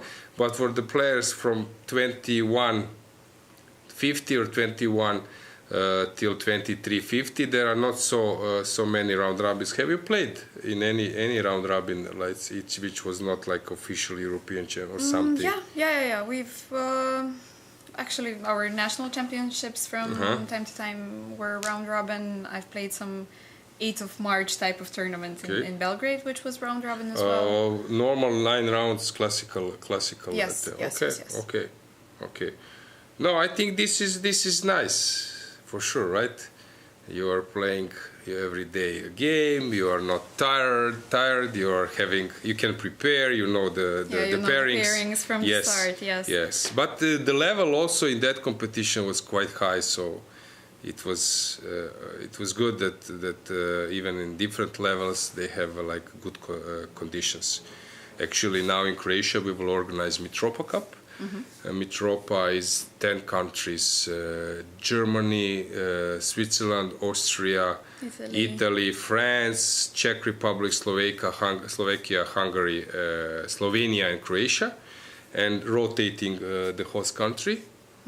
And this year it's Croatia, and it's going to be soon. Yes, it will start in less than a month. So I wanted to as an organizer from Croatian Chess Federation, I wanted that the level is good, so it will be like very good 4-star hotel on the nice island where it was European team senior championship 2019. Everyone was happy. So also there is a woman event, so it's the team men or open and women, 4 players. So I will be happy to see that also conditions for that average rated players is also inspiring. And I always find it relaxing to have some type of big water next to you, like the seaside or some kind of lake. It's always relaxing when you finish the game to go and have that fresh air which only water can provide. Okay, so let's do some tests. Which cities you've played where the sea is next to, or even a big lake like you have in North Macedonia, right? Ohrid and Struga, we're having tournaments every single year over there during summer. It's something that we do not miss simply. European Club Cup was there. I was visiting. Struga. In Montenegro, I've been to Budva, to Herceg Novi, playing European Youth Championship. 2006, 2008 was the European Championship. Budva was 2013. Be careful when mentioning the years, and you know that ladies always like to keep their years. Okay, so, I didn't say which categories. Okay. That's why I said don't be too precise. I haven't played in Croatia. Okay. That's a thing. You've been to Baku, right? Baku, Batumi. Yes, Batumi. India now, Chennai. Yeah, next to the ocean. Yes. Where else was some kind of Olympiads? Have you played in Tromsø? Yes, Tromsø, right. Tromsø was Olympiad, Norway. Yeah, it was so strange in Tromsø because almost all day we had daylight, so we couldn't get used to it for the first days. And I remember analyzing some of the games after the first round, and at one point one of our teammates said like, okay, it's enough, I cannot, I have a headache, can we go please go sleep and we'll figure it out tomorrow morning. And at some point we just check the time and we see that it's maybe 1 a.m. or something, but we didn't realize it because outside you have daylight. So it was very strange at the beginning. I cannot imagine how those guys live there when it's always nighttime. Yes, exactly. Have you visited? Have you played in European teams in Iceland? No. Yeah, so now the Icelandic Open is starting in a few days. Greetings to my friend Gunnar, organizer, the main guy from Icelandic chess. So I've been to Iceland. For Iceland is also normal that you have this whole part of the big part of the day. It's like a daylight, right? Yeah. Yeah. So this was I guess here at the Balkans and the Mediterranean part of the world, we're used to a lot of sun. Have you played in Greece? Yeah. Of course, Yes, I forgot this is completely also, about Greece. Greece, Turkey. Kavala, I've played Kavala tournament. You did? I did as well. Open. Twice. I played twice. Maybe we played same year. I don't know. I cannot recall, of course. I but think this I was was there nice. 2015 or 16, something like that. Okay. 14, some of those years. Yes, I understand. Okay, let's move back to boards. What's going on here? Bishop d5. It looks that somehow Dinara is not having the right position to be optimistic in this game. It looks to me that something went wrong. Let's check what. So Queen d4 Sicilian, nice sideline. Bishop d2. Now everyone is following footsteps of top player. Before 20 years no one would mention this, but now of course these days, if you can invent anything about Sicilian, for example, let's say in Najdorf, they started with knight f3, d6, d4, cd, knight d4, knight f6, knight c3, a6. And then at that time, okay, of course, everyone was playing bishop e3, bishop g5, bishop c4, Sozin, Fischer's move. Then they started to play a4, bishop e2, g3, and then you see, oh, so many sidelines, that's it. And then suddenly they start to play h3, f4, and then came even like knight b3, bishop d3, h4, a3, whatever. So any move can cross your mind these days if you can avoid Sicilian. And then suddenly came this knight c3, d4, this move, and actually there was even some courses, books have been written about it. So Sicilian fashion. If somehow you go to a time machine, and then, for example, if you are want to learn Queen d4. Yes, no, you just come, let's say you skip 10-15 years, you will be completely shocked because so many new games in completely different positions. Actually, from my experience, when I was working with several grandmasters in my career, but at some stage, first he became my coach, but then later like a sparring partner, and we were analyzing games together. Former European champion Zdenko Kožul. 2006 he became a champion, and big part of career, best Croatian player. Then Ivan Šarić came as now best Croat. And Kožul told me that sometimes in Sicilian, for example, when bishop is on e3 and knight takes on d4, bishop takes d4, and white plays b3 and plays bishop on b2, that it's very safe for white, and it's very unpleasant for black to break through. He told me, and then I saw some games, and he also explained me, watch out for Mickey Adams games, how Badur Jobava called him not the last, how he called it, the last positional player. Last positional player in the world. But then he was placing his bishop on b2. Also Jula Sachs, who died, who was in 80s top 10 player. They would play bishop on b2 and suddenly play something on kingside while having a safe queenside. So I'm not surprised that here it became some kind of Sicilian where white king became very, very safe. So this, it looks to me as very unpleasant, but now suddenly I'm not so sure. Now it looks to me still that it's quite unpleasant, but maybe I wrongly assessed the position. At this point it looked to me she will take this pawn, king is weak, there might be some issues, but now when I'm taking a different look, maybe. You didn't mention that we're an exchange up as well. Yes, I understand this. However, it looked to me that there will be enough compensation, but now I'm not sure. This was a good move. So if I play like queen g3, or no, queen h3 first, check. probably you won't play rook d7. You will move. Okay, this is no, the king b7 is enough. Okay, maybe I completely wrongly assessed the position. Maybe black is still in driving seat.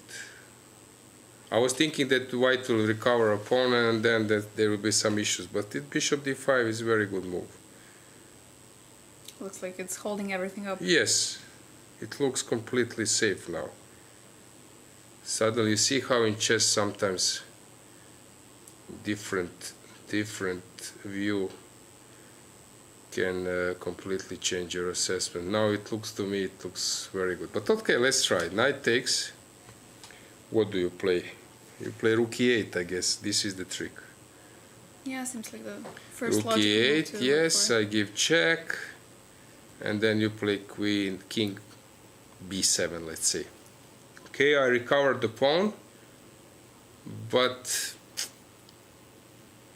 okay, I can come back.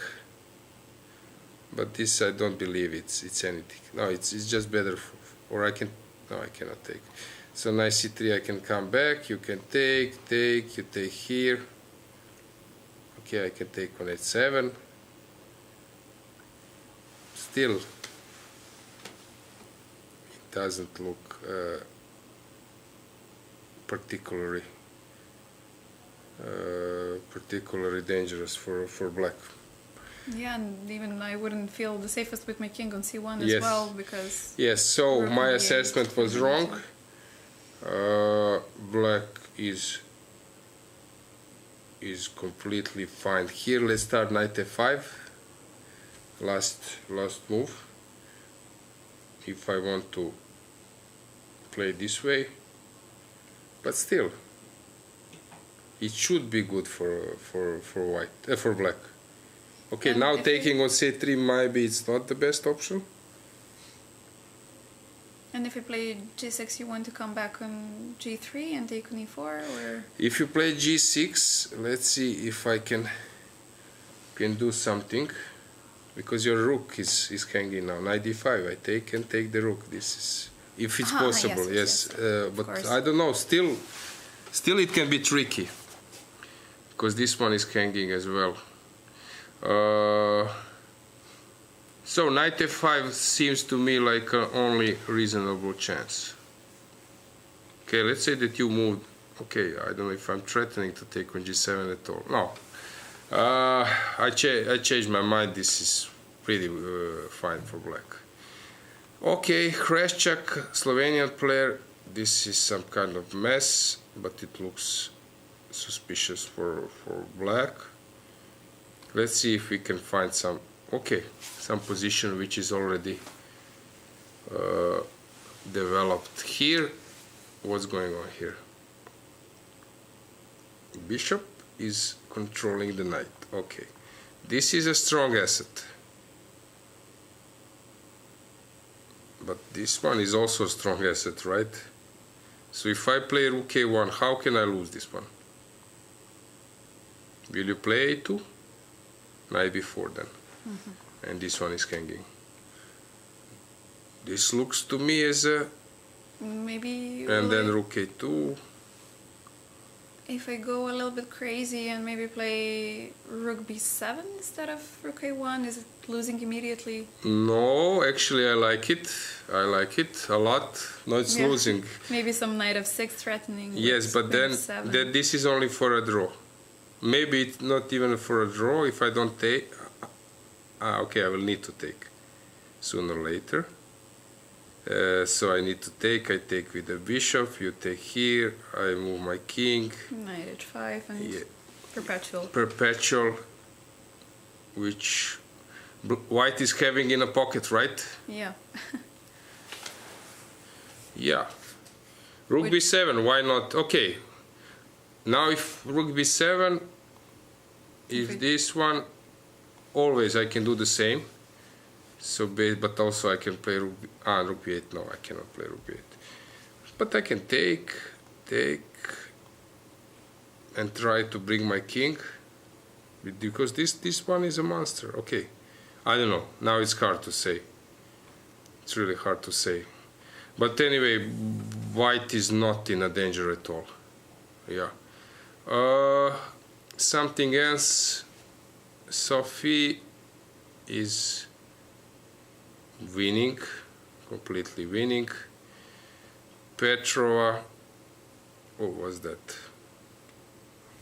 Queenie won. Nasty move. So what was the opening sideline? As I said, Master Vasilis Dimitrios, one of the best Greek grandmasters, is accompanying his wife here. Very theoretical player, two brothers, Anastasios and Dimitrios. So he's supporting his wife. I think in the Vrnjačka Banja, she took maybe second place in woman competition, if I'm not mistaken. I saw her on the stage. This one, interesting, cool.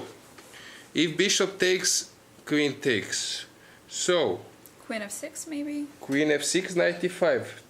Oh yeah. Yeah, but you can play bishop e6. You can move on, but very dangerous position. Okay, let's try to find something.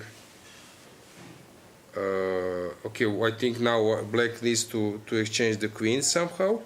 So queen e7, trying to exchange the queens. Although even now, if I'm not risking anything, because here in this position, only let's say knight e5, bishops somewhere, whatever, I will recover the pawn, bishop a3. So white is not risking anything.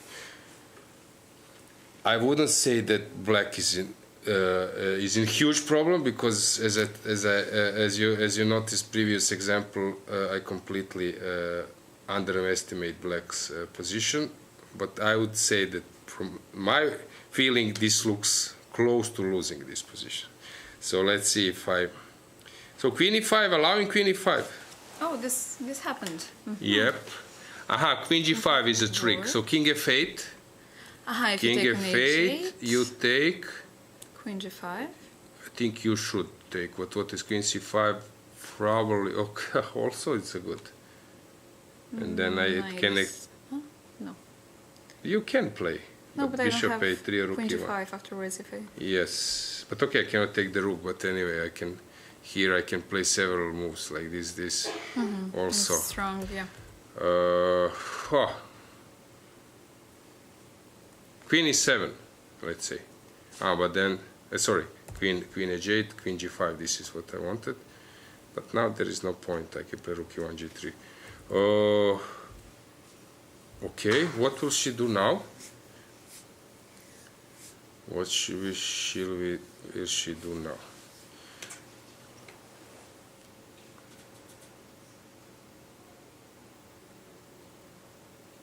I don't know.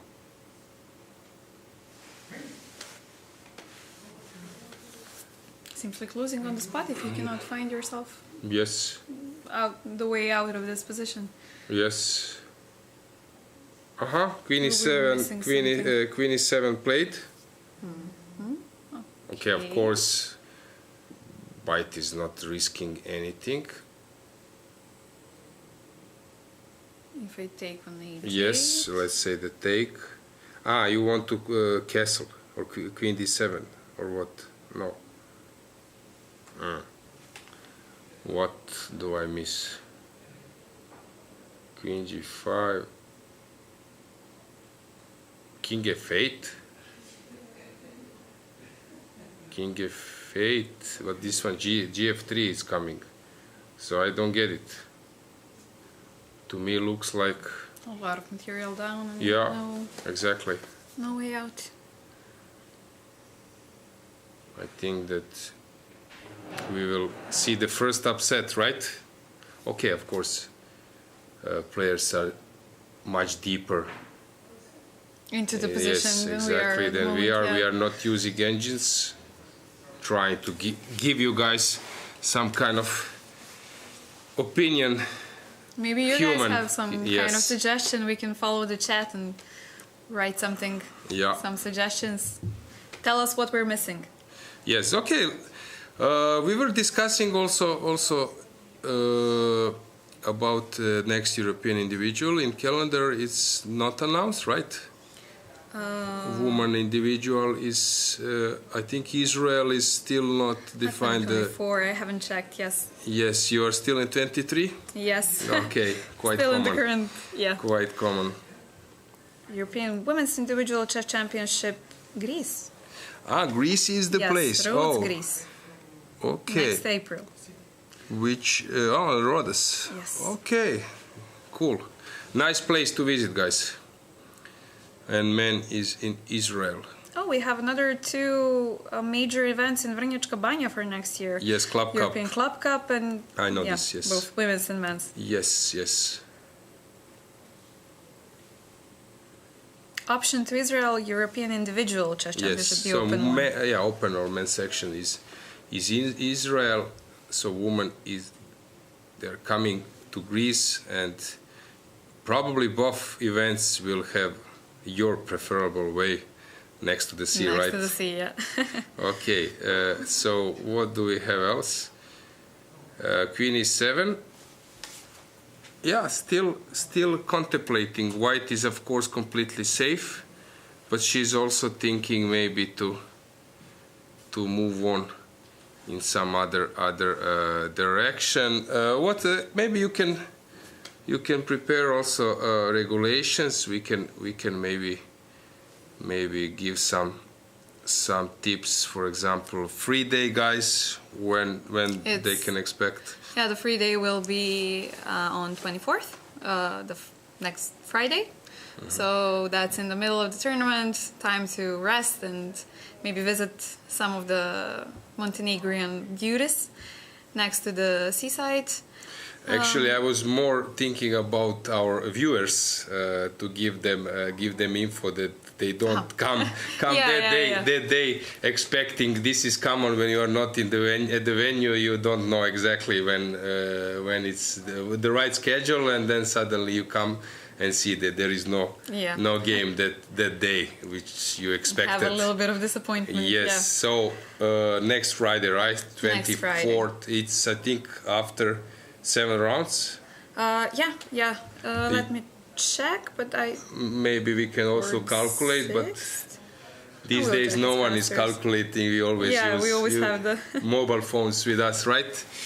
Yes, it's after round 6. Round 6, okay. Yes. In the middle. Yep. Every day the round starts at 3 o'clock. We have the 15-minute delay.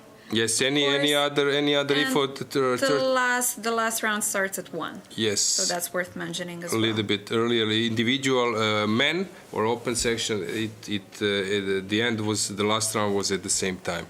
So here we have this slight change, right? Yes. 2 hours before. What else we can tell? Prize found maybe. 60,000 euros. Right. First prize 10,000 euros. Worth mentioning, 20th prize 100 euros. So first is 10, second 8, third 7. So it's 1,000 euros difference between each until the 8th prize. 8th prize is 2,500, and from there we go 2,000, 1,500, a few prizes, and then from place number 13 to place number 20, 1,000. At least something. If you're missing by just 1-2 places, you're missing World Cup. At least that you get a good or normal prize. Maybe something about draw agreement or what? There are no rules about draw agreement. You can offer draw after move 1. Delay. You can be late at the game for the first 15 minutes. That's allowed, but I believe that nobody will use it if they don't have to. Yes. There was one joke how you can put pressure on players that they follow the zero tolerance when it was a zero tolerance rule. Simply, you organize a chess event like it was organized European Corporate Championship last year on the boat. and boat leaves the port at 5 p.m. Games are starting 5 p.m. and there was one video when guy was running to catch the game, but also to catch the boat. Yeah. So this is the way how you can. Yes, but zero tolerance from my perspective, it's very stressful because you can be next to the playing board, but if you're not sitting on the board the minute it starts, it's. I remember one European Championship. Have you played in Novi Sad? It was I think 2008, I think. Yeah, or 9, and then the Olympiad was 2010 in Hanti. So yeah, 2009 it was European Team Championship, and we played in Novi Sad.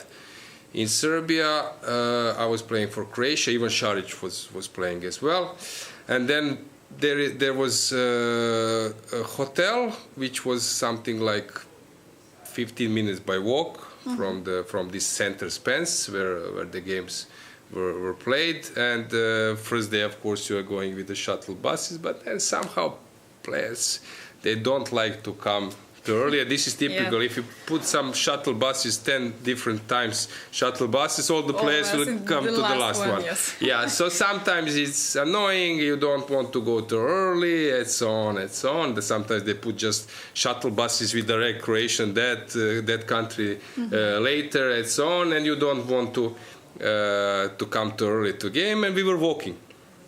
So every day we were walking, and somehow that day, Ivan Šarić and me, we were a bit relaxed. We underestimated the distance, and since he has problem with diabetes, he bought some chocolates or something. I was waiting for him, and then this I will remember this for life, when we were entering playing hall, and suddenly see that everyone is sitting, and the guy is saying 10 or saying, and now you can start. And then running but you cannot find it in European team events. It's not so easy. You can, and then you try to see familiar faces, and then you see your players, and we just sit, and the guy came to arbiter to our table and just press the clocks. And then for 50 minutes you try to calm down, and then you start to play chess. But this was the closest I've ever been to get yes. But we were relaxed, and then this something was strange. No one was in front of the playing hall. Then no one was inside, and suddenly the doors are opening. You see why? Everyone is sitting. No, this was. There was one funny story. I think during Olympiad in Dresden, the guy was sitting at the board, and then the arbiter said, "Now we start," and then he realized that he doesn't have a pen. And then he stand up and asks to arbiter, "Can you borrow me a pen?" "Yes, but you're now forfeited." Yes, so you don't need it. So there were some brilliant stories which hopefully we can. But that's very silly. Like, all of the rules are here to help us have better games and fair play style and everything, but you don't imply rules if it's. No, this zero tolerance, which is fine. Okay, this was made up because of some top players. They don't want to come to the game because of like a big crowd and journalists and I don't know, photographers. And then sometimes it's silly. You have like a top event and someone, let's say from country, prime minister, whatever is coming. He wants to make like a first ceremonial move, and there is no one at the table. So that's why they invented zero tolerance, which is good for like a round robin tournament when everyone is accommodated in the same hotel. You just need to walk to the street. But during Olympiads and all those transport, events, it's really painful. Yeah. It's really painful. Okay, let's briefly check if something has happened. Here, knight c6. This looks that Bella is slowly outplaying her opponent. Okay, but black will place his knight, but some f3, e4 is the thing. Okay, this knight is a monster here. So I would say that still it's unclear. It looks solid for black still. Okay, white can maybe play b5 to keep her knight there. Gunina, nothing is happening there, so I believe we will have a draw quickly. Mamadzada, Okay, what's going on there? Normal position. This one was crazy. But this bishop b2 doesn't seems right. Maybe just now I'm waiting for black to take, but she will never take. Here, pawn down. Small activity. Oof, what is this mess? c3. Queen g5. Move we missed.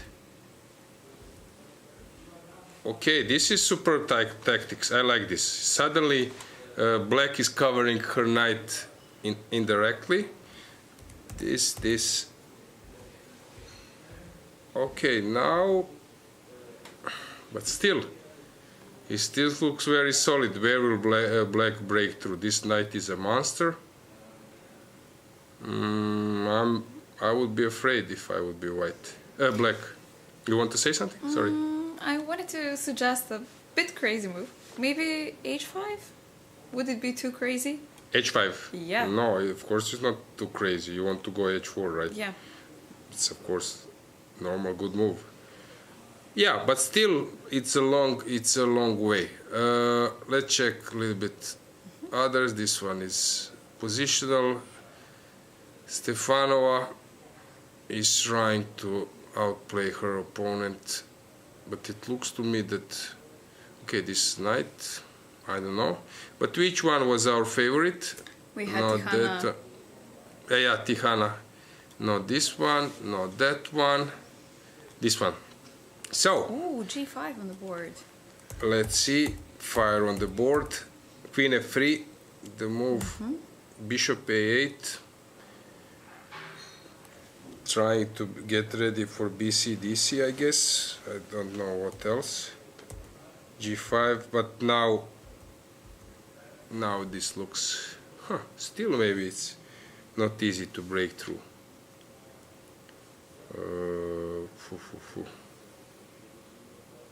Knight G4. Yeah, still unclear. Some E4 is tempting, but it might not happen. Dinara, Queen H3, so Rook D7. C4 is this was Knight A4 was a good move. Preparing C4, another move I missed. So C4, what is the point? BC, Bishop C. Knight C6. Spin Queen G5 maybe. This is the point. Okay, I get it now. Hard to say. Buksa, still white is thinking either to force the perpetual. Yep. Zawadzka. Oh, okay. We have Queen G5. This is what I missed. That she can just surrender the knight. But anyway, okay. Now some long castle. Queen F5. Why not Rook E1? Yeah, that's what I wanted to say. We mentioned Rook E1 and G3 before. Okay, then she doesn't want to allow this because knight is or something. Knight, but still queen goes to G7. Okay, I don't know. G3, castles long. What a mess.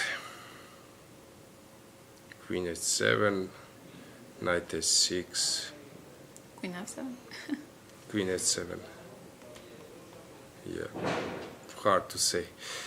Listen, guys, I think it's time that we make a break and that we see that maybe Dragana, you bring us someone, huh?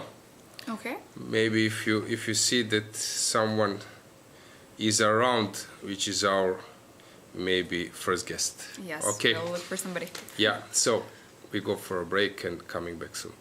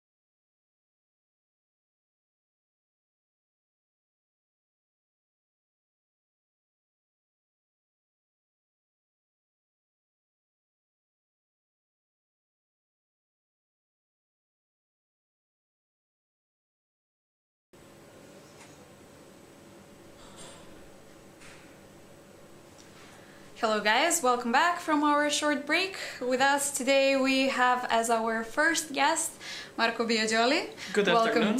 to the studio. He is involved in FIDE, he's involved in ECU, he's involved in this championship as well. What are your roles? Can you introduce yourself better than me? You've been the secretary in FIDE of Rules Commission, if I'm not Yes. mistaken. Yes, in Arbiters Commission in ECU. I am the incumbent secretary of the FIDE Rules Commission. I am member of the ECU Arbiters Council. But here in this tournament, I am officiating as responsible for fair play. Yes, and in the technical meeting, Marco has introduced himself as coming from the other from the other side of the sea, right? Yes, yes. Coming from Italy. Because I am based in Venice, so I am actually coming from the other side of the Adriatic Sea. And okay, it was a joke because Venice has a strong connection with Montenegro for historical reasons. Yes. There were in the past some Venetian settlement in this very nice country, and actually the cities which are around here, like Bar, Budva, is a very well preserved Venetian historical center. Okay, so we have some history connections as well. Marco, which role do you find the most interesting from these three that we've mentioned so far? Oh, well, you know, I have officiated a lot of roles in chess. Basically, I was born as an arbiter. I still find the job of an arbiter the most interesting one. I am as well as a chess official, but let's say I prefer to be on the action. So my natural place is in the tournament. Okay. What would you say so far? We haven't seen any incidents. That's good. We hope that we won't see anything till the end of the tournament, that everything will go smoothly. First day seems like it went very well. No queues, no delays with the first round. Yes, my team is very dedicated, I have to say. We had a training session this morning and we studied a lot how to perform all the checks without creating a line. Because, you know, when you have the arcades, these airport devices, everything is easier because you just pass through. If there is a beep, then you stop the player and you have extra checks. When you have to do it manually, then if you're not fast, if you're not focused on the job, if you do it not accurately, you can create a very huge line, and this is unpleasant. Because players are going to play, so they already are in tension. We don't want to create more problems to them. We want, in fact, to give this service to ensure that they will play in the safe environment. So for them, it has to be something that brings serenity, not that brings more problems. And today it was quite smooth. So there are spaces for improvement every time. Yes, of course. But I like that it went. Okay, and we also mentioned that, of course, the players cannot carry any electronic devices. That's for sure. But we mentioned that they cannot have any pens with themselves. No pens. This is a common policy since several years.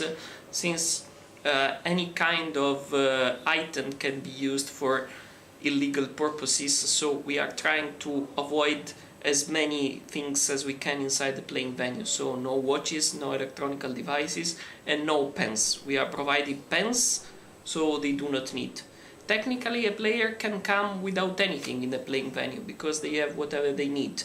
Yes, especially because we're playing in the same hotel as... Exactly, so they can live in their rooms and just come with empty pockets to play. The refreshment area is inside and everything is for free, so they don't need wallets, they don't need money, they don't need pens because we give pens, and so on. Okay, what is maybe the most challenging thing you faced, the most challenging situation with fair play and anti-cheating maybe in some previous tournaments? Oh, well, you're able to share it happened to me in the past to face some problems. I have been operating as anti-cheating officer a few times in the last year. Okay, more than 1 year, starting from 2021. And what is the most challenging part is to create all this system without putting more tension to the players. This is really the most important part, because it can be unpleasant for everyone to be called for the random check at the end of the game. It can be unpleasant to pass the checks at the beginning. Also, in many tournaments, this is not in place yet. So it's something that is improving day by day, and to do it maintaining a good relationship with the players, that they are even happy to have the anti-cheating check at the beginning, is still the biggest issue we have. Do we maybe have some random checks during the game over here? Not during What's the policy? game, we have at the end. So at the end of the games, some games will be randomly checked. Okay. We'll also using the Canon ray gun. We have, let's say, Algorithm, yes. the whole set of usual measures. So we have the systematic check at the beginning when entering the playing venue. The playing venue is well isolated from the external environment. So once you exit, there's no returning. Yes. And we have the random checks at the end. We have radio frequency detectors. We have the cooperation of Professor Reagan. We have permanent surveillance by the arbiters. Yes, so guys, you can rest assured that our fair play team is doing their best and that everything is under control over here. Marco, tell us more about yourself. You're actually a lawyer, as far as I know, outside Yes. of chess world. Yes, outside of chess, I am a lawyer based in Venice. I have my own office, and luckily I have a few partners and some very good employees that give me the possibility to go for tournaments, because it means also staying away from the office for a few days.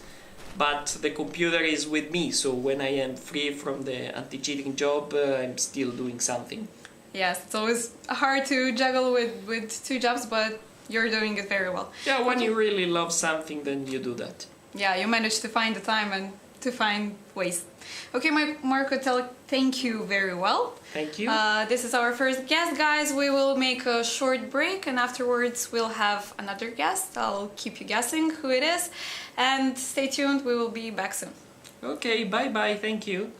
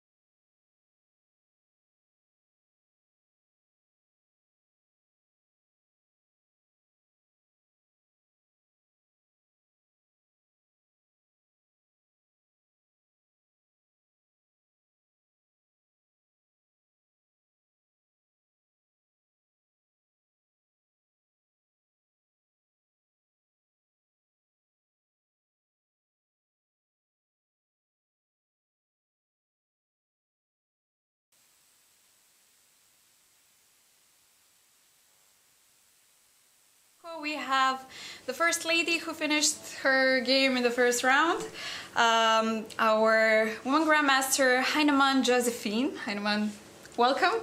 How are you feeling? I'm feeling good after the game. It's good. Yeah, especially when you manage to finish first and with a win. Yeah. It's always a good result. You're woman grandmaster since 2018. You're part of the national team in Germany. Outside of chess, you do some business, analytics, mathematics, something. Can you tell us a bit more? Yeah, actually I studied business mathematics, but I finished my master's degree like 1.5 years ago, so now I'm doing chess full time. Okay, so you can be back to chess with full strength. Yeah. How do you feel over here? When did you arrive? Did you settle in? Yeah, we arrived yesterday in the evening. Our journey was a bit difficult because we had problems with our flight in Germany, but we finally managed to arrive here, and the place is great. Okay, and, so you've finished a bit earlier today, so you can have some time to rest. Yeah. Okay, how do you feel about your game today? First I thought it could be a very quick game. Okay, it was a quick game, but I think at some point I probably screwed up. But it was very interesting and very sharp, a lot to calculate. So, yeah. Okay, we guys didn't see the game at all, so it will be very interesting to have it from the person playing it. Can we have some analyses over the board with Aloysia? Yeah, sure. Yes, thank you very much. Okay, yeah. You join me, right? Sure. Okay, so let's discuss it together. So you're white, you play d4. Have you expected Petrov? No, as I saw, she plays like 100% c5 first move. Yeah. Was this a choice? Probably because you're stronger, much rated, higher rated player, so probably trying to be solid, right? Maybe, but she also didn't have so many games in the database, so maybe she just changed. Tell us one thing. These days, okay, when I was a pro, we would just follow the games over chess-base, like a database, mega database, or maybe sometimes online. But these days, there are even profiles on chess.com, Lichess, and so on. Do you check this in your preparation in some events? It depends, actually. If I find just a few games, and I always try to find my opponents' online profiles. If I already have a lot of games and a lot of recent games, then I feel like there is no need. Yeah, so this investigation is now a new part of preparation of a player, because of course if you get some info, it's much easier to move on, right? Yeah. So e4, e5, knight f3, knight f6. You played d4. Any doubts there in this moment? I think I never played d4 in a classical game, so I tried to understand what she could find in the database, but I just didn't know. I'm sure I played a lot of blitz games already with d4, but I was just not sure. And this line was recently played in Caruana's games and in many others, so it's quite topical. Giri's games, so quite a topical line. Knight e5, also possible to take d5. So knight e5, knight d7, knight c3, very popular line these days. Bishop b4, sacrifice of the pawn. Any question there? Any remarks? You were prepared, your opponent as well at this moment? Well, she already spent some time here, so I was not sure if she knows the line very well. I still knew that you should sacrifice the pawn, and also I remembered that after knight c3, bc3, I should get it back directly, but I didn't in the game. So I guess something is wrong for black. Because the main line here after rook b1 is castle and bishop h7. And to be honest, I didn't remember much there. Yes, I know it as well, but of course without preparation it's not easy. Yeah. To remember all the lines. Maybe you can reveal, if it's not secrets, who is your coach? Do you have a regular coach? I'm working with Artur Yusupov, but we're not really working on openings together. More. So you are doing this alone, right? Yeah. Yes. Okay, so queen h4, this, but maybe it's playable. I was thinking about this move. It might be playable as well. You play bishop e3. Of course, you want to cut the king. Okay, castle was also as I said, normal move. But if she was not prepared as well for your sacrifice you mentioned, right? Yeah. So that's why she wanted to be safe. Queen h4. Actually, I don't know. We have this like analysis with like old engine, but I'm not sure is this correct. Bishop a3 sounds logical, right? Yeah, because okay, if I let her castle, then I'm just pawn down. Yes, So exactly. It's not easy to suggest a move for black, but maybe black should do something useful. Maybe or trying to maybe b6. Okay, bishop b6 or Yeah, c6. b6, bishop b5. Yeah, unpleasant. C6. Bishop d6. Yes, exactly. I don't know. It's hard to say. Yeah, I didn't see anything for black, but maybe there is. Yes. Okay. So bishop g4. You gave check, which is also normal move, and then you took on d5. Yeah, and which here, also sounds reasonable. for a long time I calculated only bishop d7 after queen d5, and then I realized, okay, maybe I should find the mate after taking the bishop. And yeah. Okay, computer is suggesting queen d3, which is decent option as well. Maybe first to challenge the bishop, and then maybe to go for this line. And then I have the bishop Yes. c6 idea also. Yeah. Okay. Okay, so you played queen d5, which is tempting. CB, you took rook c8, e6, also tempting move to cut the defense. Yeah, right? also to open the e file, because Yes. the pawn on e5 kind of helps black, and okay, I'm pieced down, so who needs a pawn? Yeah, e6, bishop e6, queen b5. You mentioned rook e1. No, after queen queen b5. b5, Yeah, rook e1 here. Probably it does the job. Yeah, Takes. King d8, queen a5, rook c7, some maybe. Oh yeah, Is bishop d6 also good enough already? bishop d6, queen c4, I thought. Yes. But I just miscounted. After bishop e7, I mean, I win the rook on c7, yeah? So I have queen against rook and bishop. Yes, I this is thought ju- that black has one This is piece just, more, so... yeah, this is just game over. Yeah, no, Yeah. if I had seen that I have so much material, then I would play it. Yes, exactly. Yeah, this would be nice ending. Yeah. Yeah. Okay, so you played queen e2. Computer is, of course, immediately saying that this was a huge mistake, but of course also reasonable to put pressure. King d8. Yeah, during the game I realized that somehow it was suddenly not so easy anymore, because after rook d1, Yes, also black and has ideas to play bishop d4 and just take on f2 and give back the piece, which I completely missed before. Yes, and then opposite card bishops, probably. Yeah, but in the end game I probably have no mating ideas. Yeah, here Queen- first I wanted to play queen d3, but also Yes. bishop d4.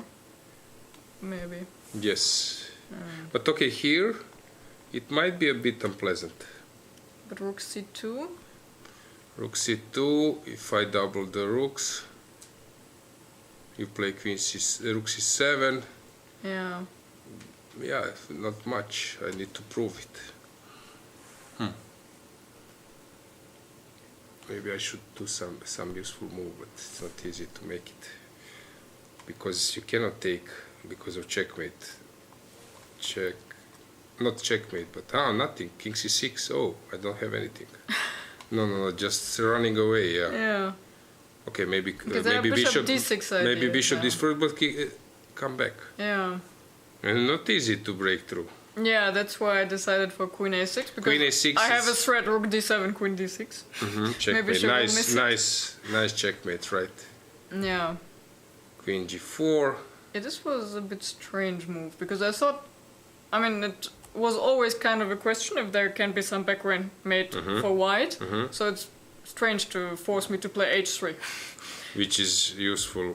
Yeah. Now, probably now it's... You calculate till the end bishop d6, meaning the queen, and it's... No, this is mate. just. even mate. Yeah. Yes. Okay. Nice game, but when you are watching the game with computer, it looks too simple. But during the game, you have some doubts, right? Yeah. It's always the thing.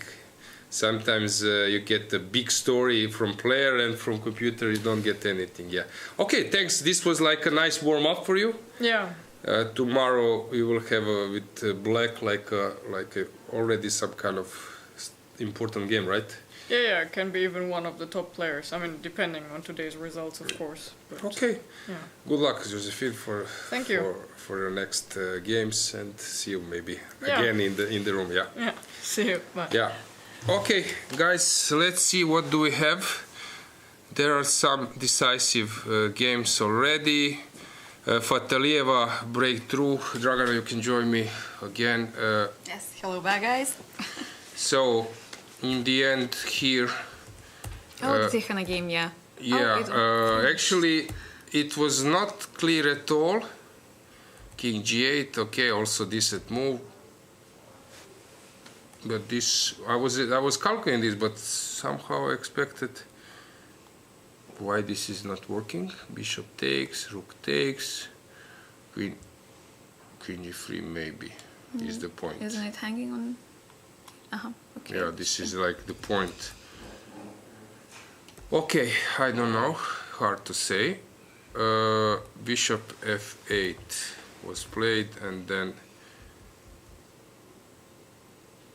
why is the okay, the bishop is coming, joining the party. Okay, now I get it. Bishop A3, super precise move, not allowing king to escape. So what's going on queen F5, rook E4, I guess, is the idea. So first she want to come with the bishop to E7. Okay, this was desperate. Try. Oh, that's nice. Rook C4. Okay. Okay. Takes bishop D3, Bishop D3, and then just game over. Okay, curtains, nice. Nice, I like it. What else do we have? We have draw Berke, another Croatian player, made a draw against much stronger opponent. Some solid typical Marozzi style. Small advantage but holdable. Brunello won, that's expected. Okay, this is a draw. This is like a not a big upset, but sort of. Oh, castling long. Okay. Playing sharp. Yes. Okay, but this I think is already it was played a lot of times in Aronian games, so it's not strange. Okay, so many games. Let's move to top boards. Wagner won in the end. Okay, okay. Let's see. So basically here, my opinion assessment was not correct. Here, Queen H3, A3 was the move.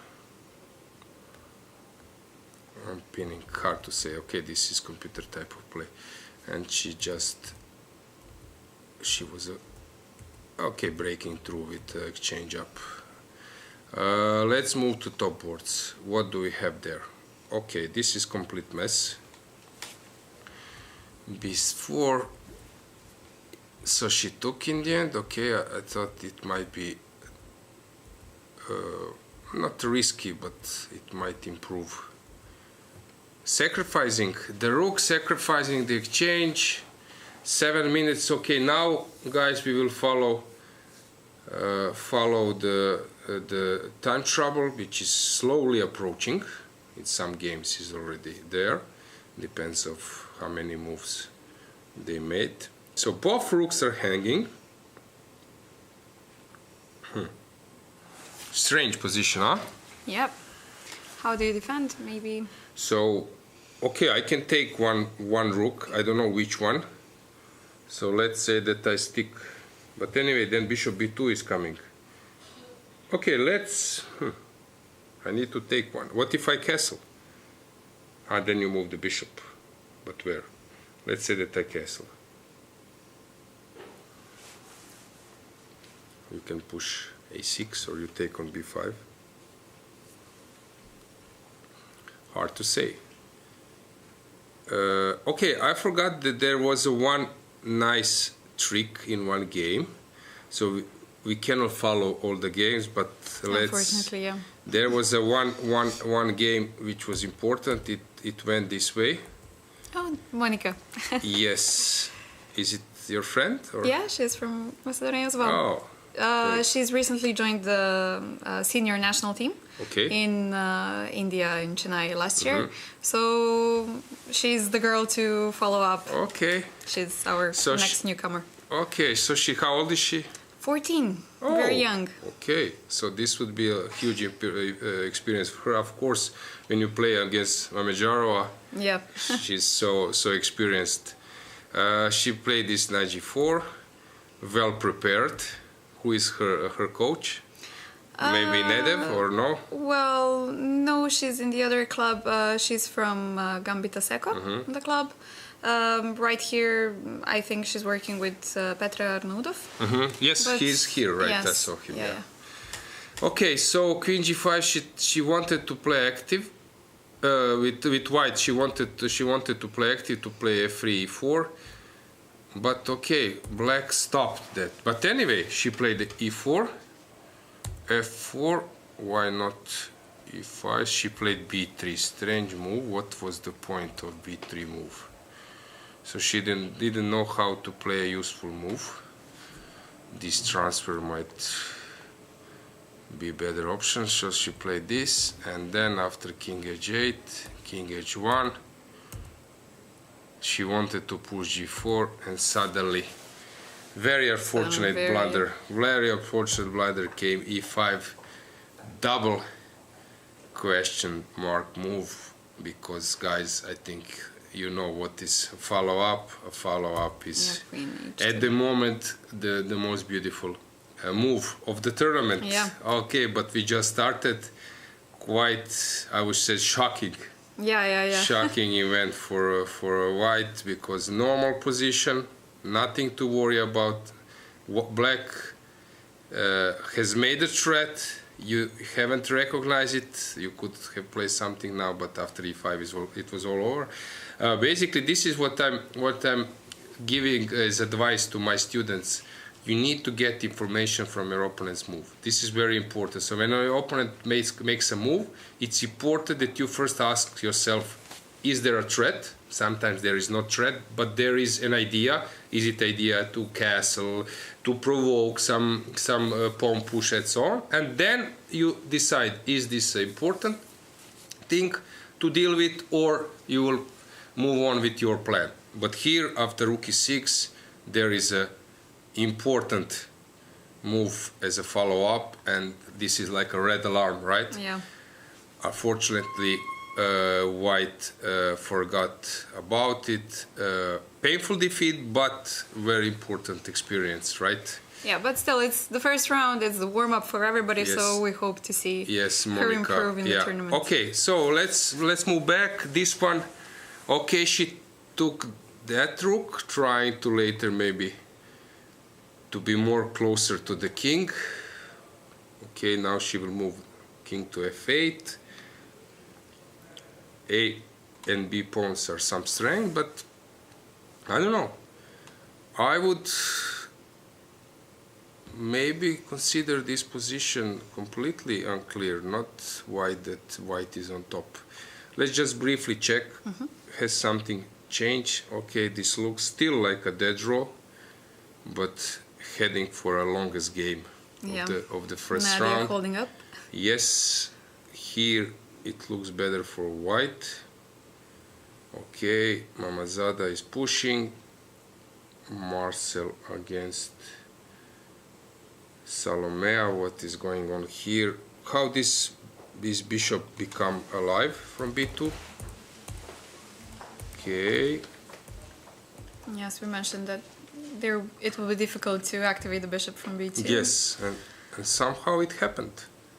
BC, this was the way. And C4. Not easy to stop. But okay, now this one is waiting for activation, but okay, you cannot have all in your life. So this G4. Okay, very energetic play. And black is very long time. Last seconds. Oh yeah, last 30 seconds. So. Yes, so we have first drama, guys. And move 23, so 23, one way to go to move yes. 40. So now we are moving to blitz mode. Yeah. How are you dealing with the time trouble? Oh, I'm always in time trouble, and that's very bad, Addict. actually. Yes, time trouble addict. Okay. Yeah. So. But adrenaline kicks in, and of course your brain doesn't work the best in that mode. Don't do it, guys. But okay, sometimes you need to deal with it. Listen, my problem was in my career that somehow I was not playing bad in time trouble, even in a blitz. But the thing is, I was not afraid of time trouble, but I was worried about time trouble, and then I would just as a precautious try to start to play faster before real time trouble, and I would make some mistakes, not to end up in a severe time trouble. Also, for coaches, especially in the team championships, when they see you in time trouble, it's heartbreaking for them as well. Yes, sometimes to be a team member of with some players, it's horrible. Yeah. But they tend to survive. For example, Grischuk, of course, is the biggest addict of time trouble. But sometimes this is a normal way. They just, also before that was Walter Brown, grandmaster from US. Also, I think Sakis was sometimes in severe time troubles. So this is. Yeah, we have a grandmaster from our country as well, who's always in time trouble, Vlatko Bogdanovski, and he always manages to find a way out. But I think that he just has to play a game in time trouble, getting some adrenaline, right? Yeah. Okay, so now White is thinking. Black played Queen e7. The point is to play f6, obviously, to shut the diagonal, also trying to intrude the position. I'm not sure what's... If I take on h5?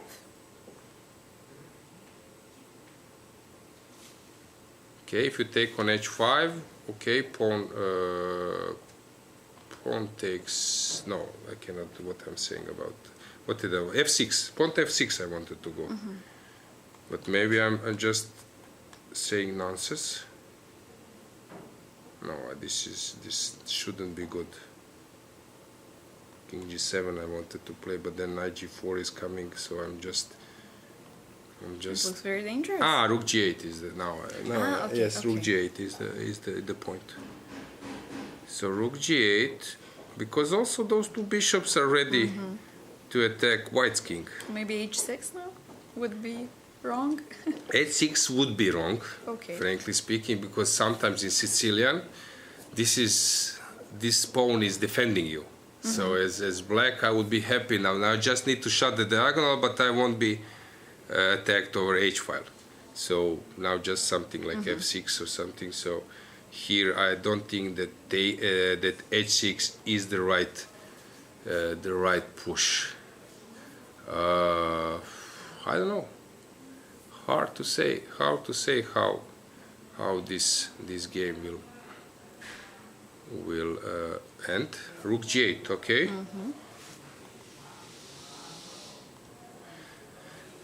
And maybe some king h1 and knight g4.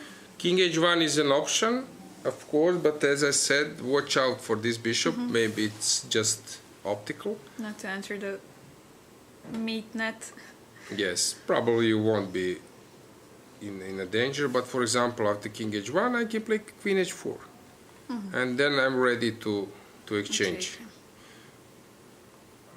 So, no, I just played that one.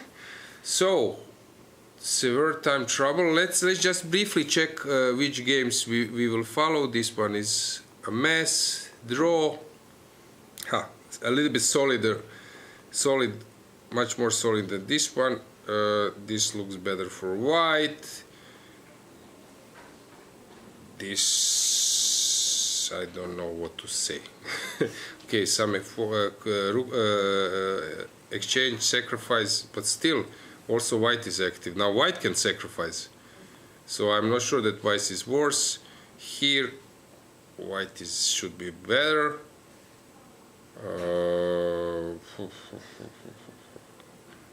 Really hard to say.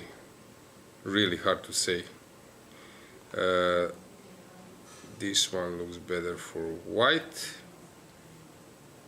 Which one we were following? Oh, Monica. It's a rook up, allowing this sacrifice, allowing this queen h7. But this looks like a winning position. Or? Let's see.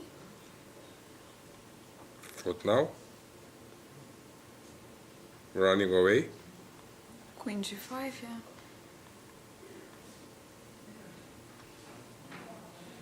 Okay, still some chances. I don't know, maybe it's trying to bring the rook.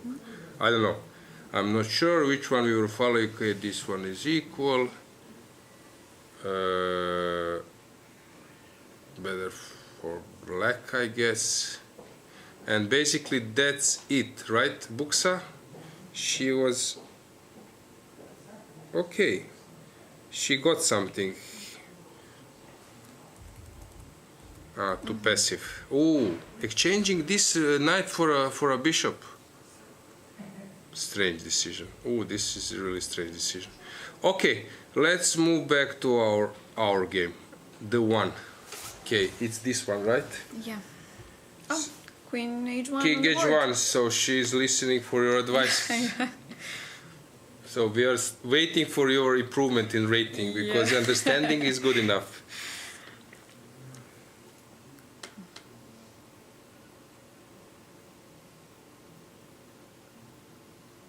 Yeah, quite complicated position.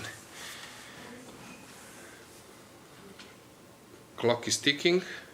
Queen h4. Just wanted to say that it looks natural. Yes, what else to do? But she's afraid of knight g4. That's why she was thinking. But knight d4 pawn takes, and nothing to worry about.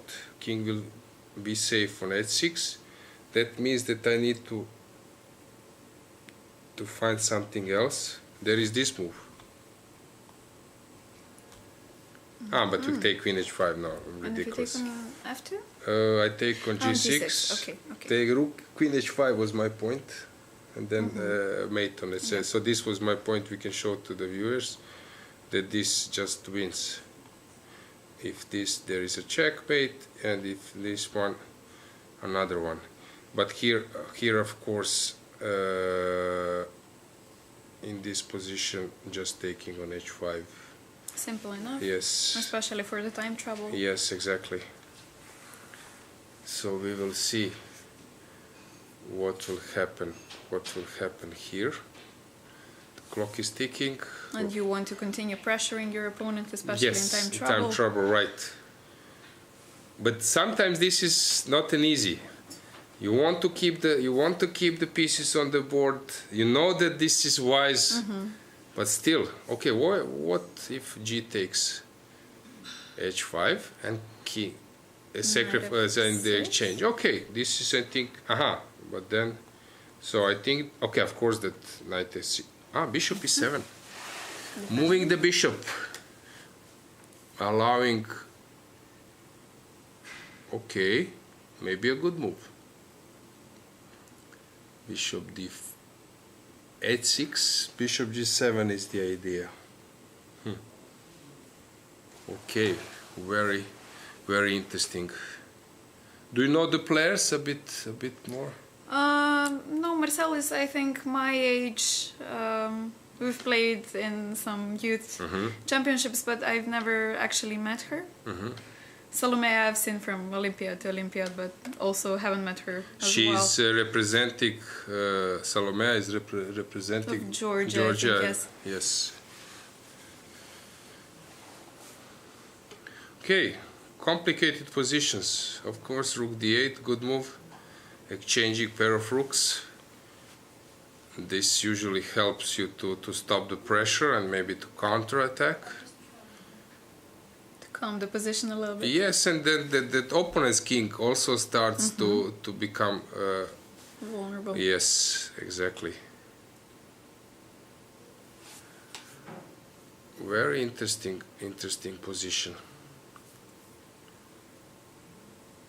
But okay, these games are already like a very solid level, right? Yeah. You are black, you are 24-51, and suddenly you are playing fighting actually, yeah, like a lion for to stay in the game. Rook d8. What would be reasonable now? How should I include my pieces? Okay, this one is not playing. Queen is there. My bishop is so c5, but then I'm allowing. But okay, then I'm making this as a passer. Okay, c5 might be a move now, because You cannot take because you defend with yes, the bishop on f6. and at least I'm having some passer. Okay, I'm allowing you to jump in, but I'm at least opening my bishop. I can even take on d5, trying to play my favorite dark square strategy, and also getting a passer. So I see this as a reasonable way to proceed, but quite complicated position still to move on. Maybe we can have a brief look of the other games while Salome is thinking. So this one, rook up. What happened? Okay. Why she gave a rook? A1. Ah, queen d2. What am I missing? Why not bishop d4? Bishop d4 e5. Maybe this queen d2 was missed. But okay, of course, queen was hanging. Yes, queen d4. Maybe she thought that. No. Okay, if this works, this is like a brilliant. 2 pawns. How can I stop them? First move, of course, is knight c4, but you can play even e4. I don't believe that black cannot fight with those 2 pawns, but maybe this is the case. So interesting way. It's really hard to believe that white can just play that way, saying that you cannot stop my pawns. Okay, they are supported, I agree. Okay, knight c4, let's start with knight c, but I need to open my king. How should I do it? Basically, I'm playing without the rook, so it looks like a brilliant way. Okay, I can start with this move. Yeah. You take, I guess you will take, I take, and trying to hide my king. So this doesn't work. This is good for black for sure. So e5 is the move. Here, what happened? Osmak, yes, pawn up. Nothing happened. Mamazada was better. Here, it's a still complete mess. What happened? How this? Knight e5 was played. Interesting. Targeting here and coming back. Okay, what else we were following? This one? Still unclear to me. Looks better for white, but okay, Stefanova, what is she doing? Stefanova, hard to say. This is an asset, but also black is having some weaknesses. This one is super strong. Okay, this one was not on our... Okay, Monica? Yes, she just... Basically, she won a game. How she ran? She didn't play bishop g6. Why not bishop g6? At least to... Yeah, now there is no point. No, why not bishop g6? What am I missing here? It must be a move. Maybe she didn't want to allow queen to fight. No, I blundered queen e6, game over. Now I see it, yep. Elena, okay, it's still moving on. What is going on in Zavatska's game? She Let's lost. check. She lost. Here. Still not better for white. Oh, so this is a big upset. Yes. G3 on castle, rook c1, bishop c6. Bishop a3. Oh, Five. And suddenly, knight on e7 is hanging. Yes. Good game from white side. Okay, exploiting some chances. Yeah, this is a huge upset.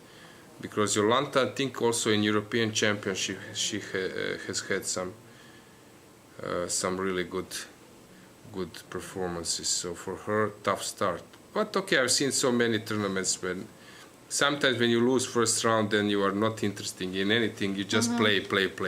Let's stick to our position.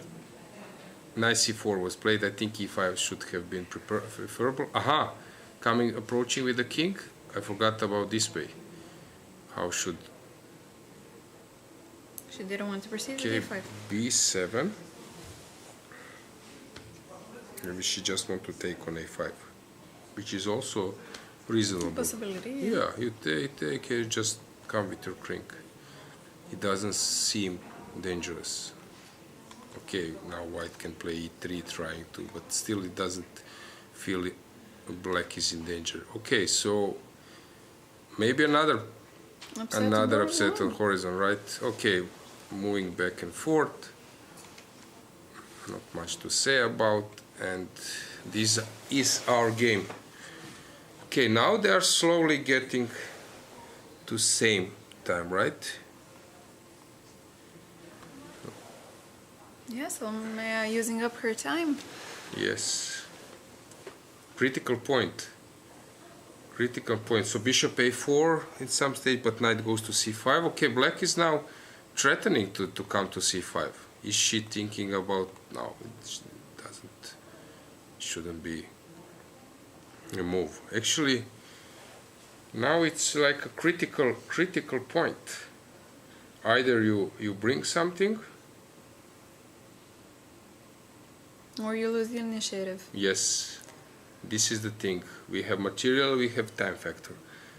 Usually time factor is connected with like lag in development, like some initiative, but, or let's say it connected with pieces, but pieces can be exchanged, rearranged, and so on. And basically if you're counting on some initiative, then time as a factor is the crucial one. So rook g1, what is she up to? What about knight c5? What's the point there? Do you see it, Rana? I don't know, maybe she just wants to double up the rooks in G line. Ignoring completely some Yes. jumps, so on. Okay, just heading for maybe queen catch. We will see, is this catch 22 or not? f5 played. Okay. Oof, tough choice. Very tough choice for black to play f5, to allow Knight e5. knight e5 and all those holes in your position. I would be very afraid to do so. I don't know. If I'm afraid in studio, you can imagine how I would be during the game, yeah. But this is like a complete mess. So last second, guys, we are having some drama there. Always the most interesting to follow. Yes, give us this time trouble. This is what we want. Just give us. Very, very, very unclear, unbalanced position. Okay, rook g3 is probably coming up anyway, because I don't think that black can double the rooks. Maybe even some tactics is immediately or afterwards coming. I might think later even of sacrifice the queen. So I don't think this is the way. Very unpleasant. Critical point. Rook g3 looks even like a move that you would blitz out to, Yes, to save sometimes. some time. Yes, and sometimes you want to show I'm doing something active. Yeah. But this is like pseudo activity. Yes. So I'm quite curious to see how this would end. Maybe you want to play bishop c5 as well as black. Okay, but rook g3 stops all this. All these threats, protects e3. Nothing So, huge. yes, so yeah. and I think f5 was not the move you want to do. Do we have a move? I think we have. Yes, a move we on board. have. Sorry, my bad. So c5. I will promote this variation. So what happened? Rook d3, c5. Okay, also a decent move. Hangs on e6. Hangs on e6. Passer is coming. If you play bishop d5, then you need to deal with it.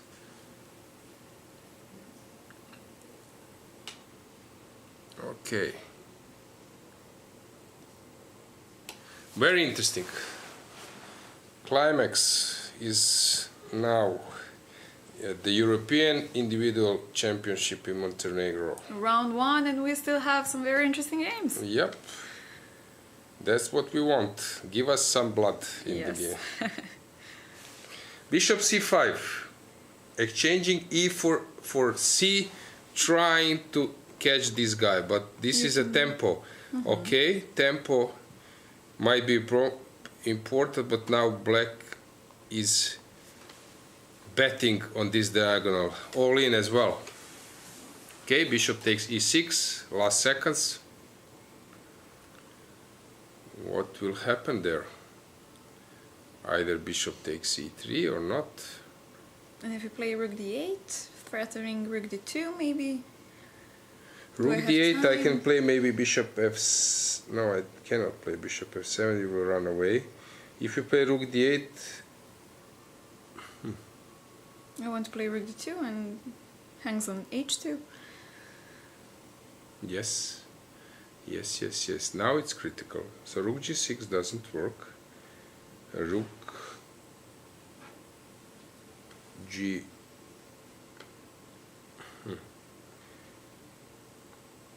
Bishop f7, you play rook d2, bishop g6, king goes to h6. King goes to h6. I have a perpetual, if I calculate it correctly.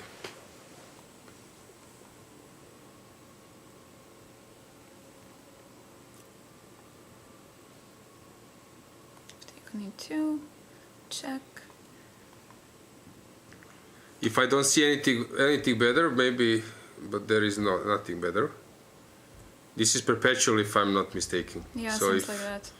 If Also very important psychological point if you see that you have a perpetual and... oh, but I had something the same position when I was playing, like one of my best games in career, and then perpetual. But if I don't make perpetual, then I'm one move away from the 40th move, and I need to figure it out something. So rook e3 was played.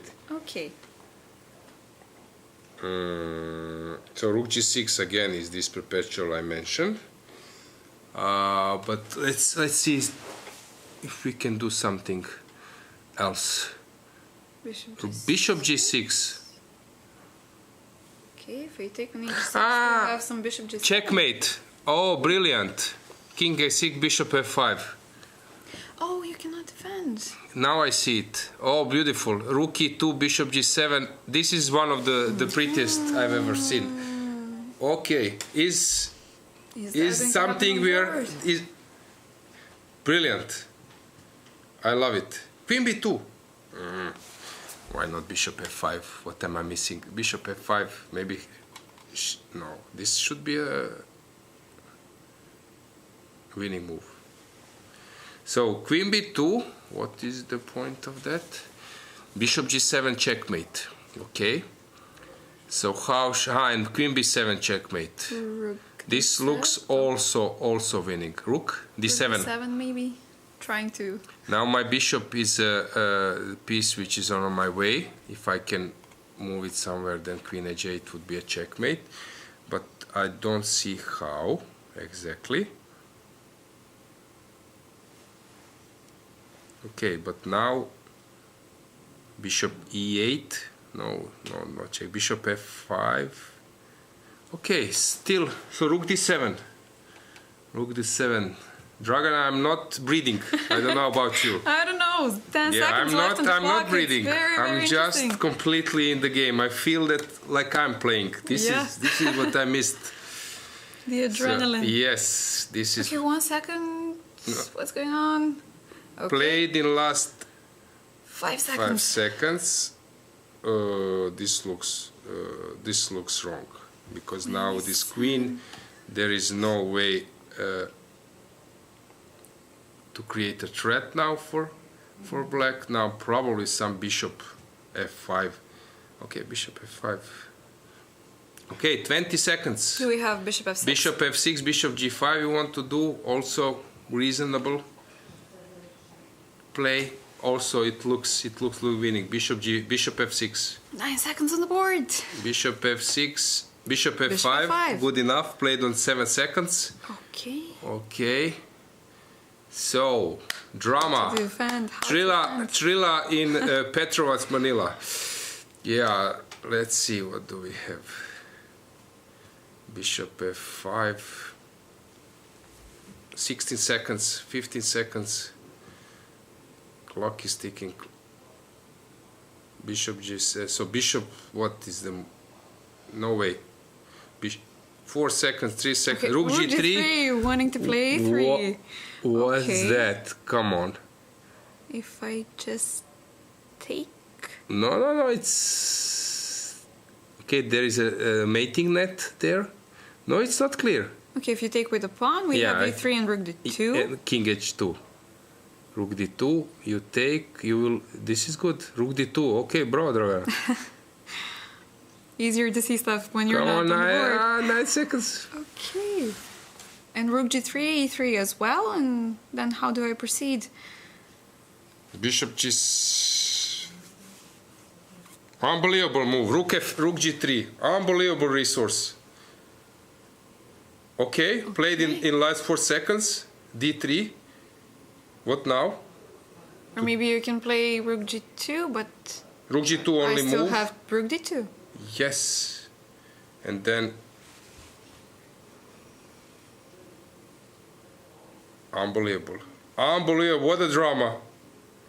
Queen g2 and take with the king to give a checkmate. Have you seen that one? No, I've missed it. But okay, then my king goes up. This was actually a moment, maybe we will discuss this. Queen g2. When you take with the king threatening a checkmate because your king is in the H1. mating net. Yeah, oh. Rook d2, king goes to f3. Yeah, this is such a sharp position. Both kings in mating nets. Okay, last move. Okay, now it's over. Let's discuss. 40th move. What's on the that, board. guys? What was that?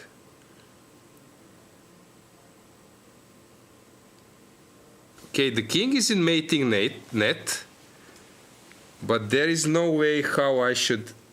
Unbelievable game. Unbelievable game. Brilliant. If this was played by top players, it would scream in all those tweets Yeah. and everything. Exactly. Bravo. Congratulations to both. Really finding so many resources. So let's just discuss. If I Calm play, down a little bit. how do you defend a mate? If I go king h3, Okay. I guess you take the queen. Let's start with this. Yeah. I play rook h1. First move we should consider. Do I have bishop g2 here? Or you just G4 checkmate. escape? Yeah. King g4 Oh, checkmate. yeah. Okay. But you can try bishop f3, which is super smart you way how you... Maybe g4 now? Trying to play... Okay, King G3. which rating you said you have? And then rook g2, g5. Complete mess. If I take the rook, probably I don't have enough time for that. But two bishops, really, what's this? Come on. This is ridiculous. Okay, so much to calculate. Okay, but here my opinion was that this which move I mentioned? Queen G2. Queen G2, yes. Really? Have I mentioned it? Yeah. No, As but far Queen as I G2 you don't take. You play this. Mm-hmm. And then there is no point in my play, I guess. So Queen G2 was not a good move. Wait. So this is the move. Come on. Now, guys, it's time to use logics. So first thing it's to see which candidates moves I have. I can move my king to h3, which I've tried. This is one trick, one try. But I can play queen g4 first. And then you play rook h2. Okay. So I can take on d2. Let's say that I take. Another You candidate? take. Yes, another candidate. Now rook h1, I'm not having a threat, which annoys me a bit. I don't like to make moves which are not threatening ones. The thing is, if I play this, you take, and play that one. And I G4? would... But Queen doesn't look enough. f3. F3, yeah. Still messy, but anyway. What if I... Unbelievable game. Unbelievable. Rook d2. This is... Let's just see what just happened. Yeah, just... I really don't know what just happened. So rook d8, bishop f7. So she didn't see my move. Checkmate, right? Yep. If I'm not mistaken, that's it. Okay, king g8, I can go push even h7. So this, how I find this, I don't see a defense there. No, how I played. No, I played... How was it? No, bishop f5. This is what I did. Yeah. Now threatening this and bishop g6. Okay, maybe. But if I go bishop f8, the rook hangs on e3. So... Which one? I was thinking bishop f8, but the rook hangs on e3, so it's Rook not a has good... on et, right? Also rook g6 Yes. now because queen cannot come here. It looks to me it's winning. Okay. So what happened next? Then we had rook e3, bishop g6, queen, then came this queen b2, which was Complete quite surprise for us. tempting. Yeah, but it was tempting. But now after queen e7, it looks, it should be over. It's funny thing that We mentioned bishop why not f6 queen here. g2 now? I'm not having a real threat. Okay, I was thinking about this nonsense that my bishop g7 is a threat because you cannot take. I give you checkmate. If you take, I make a discover attack, which might lead to a checkmate.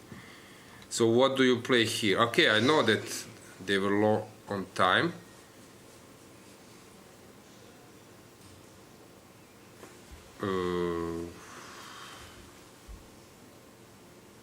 It looks to me that this one is winning.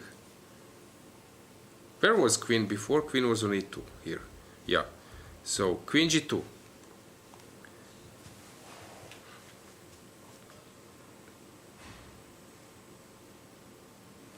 Bishop g7, it looks to me, let's say that I play some rook d3 move. So bishop g7 must take with the king, and now this is just immediately game over, checkmate. Yep. Forced checkmate. No. Again, rook g3. It's forced losing. Rook d3 doubling the rooks, unbelievable again. Such an interesting game. Unbelievable game. Unbelievable, especially if you watch that game without engine. Yeah, like we do right now. Unbelievable game. Guys, I don't know if you're writing anything in chat.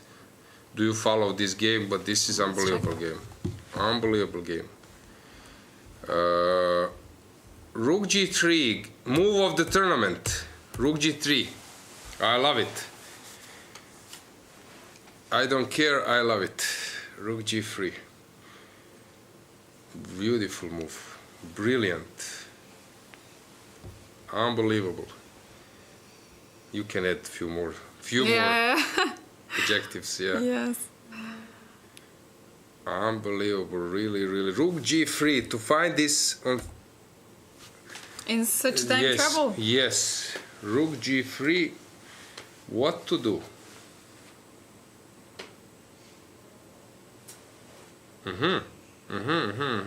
You know that I always find some ideas. But this Okay, this what do we one. see now? No, this one doesn't work. No. I wanted to give the queen, On b7. Okay. which is probably bad. I take on g1 first, I guess. No, this is a checkmate. Oh, okay. It should be a checkmate. But I can give the queen back. Now this building, this one is nice. Okay. And if You take on this. No, I'm On this saying you take on this. Sorry. Again, this is a again perpetual. Nothing. No, perpetual. So I'm dreaming. So Rook g3. She took with a pawn. Somehow Rook g3, it's more to the point. But then this checkmate. you have to. I'm threatening checkmate. How about now?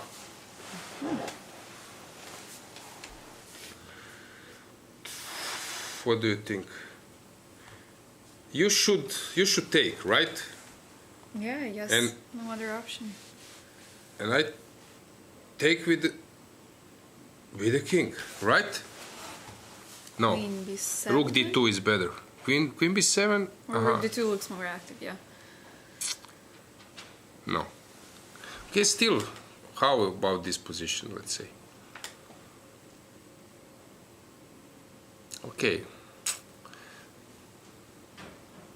I was thinking maybe to double the rook's stride. Maybe it's still unclear. Yeah. What happened there? So we This had game. this one, and then came this rook d2, which is probably sailing White's destiny, right? It looks like it. So was king h3 What a game. the best? Okay, I found one stupidity again. Please share it with us. No. Probably I was thinking about some idiotic rook g2. Okay. With It's the still a point candidate. of you bishop can- g2, then to take on d2. But still, it's no point in there. So anything else? Check. Probably I need to give up my queen. Okay, queen h3 might be more to the point, and on rook b2 just to take. Okay, to move on with this position. So it might. Queen f7 is a decent try. Two bishops are strong. e3 is a okay. g4. I don't know. Maybe this it's not so clear, but e3 comes. e3 king g4, and then you take and push e1. I don't know. Quite strange. Let's move on. I'm shocked. What's going on the board right now? What's the last position? Where in this game she's Yes. thinking after queen d2, rook d2. Okay. So. Okay, 40 moves played, so they can relax a little bit. Yes, not too much, but Yeah. Take a breath. so black is better. How she just it looked like completely winning. This must be completely winning. So she didn't want to take on b7. She was postponing this decision, heading for a rook's endgame. Phew, I would not give this check to hide the king. Okay, so if I would need to bet here, White needs to figure it out some smart setup. Maybe there is no improvement. Maybe I just play h4. Aha, you will play rook a4 and f5. It should be a draw. It should be a draw. You play rook a4, I play king here. You will play without the king. If you do this, I just become passive, but waiting to get a chance to check you. Wait. No, doesn't work. King must be on f7. Okay. It looks to me it will be a draw. From This the is, crazy yes. position we had, it's Yes, just moving back and forth in this game. This one we haven't followed. okay. So the first two boards we are expecting Two two draws, upsets. yes. It's a big thing. Yep, I agree.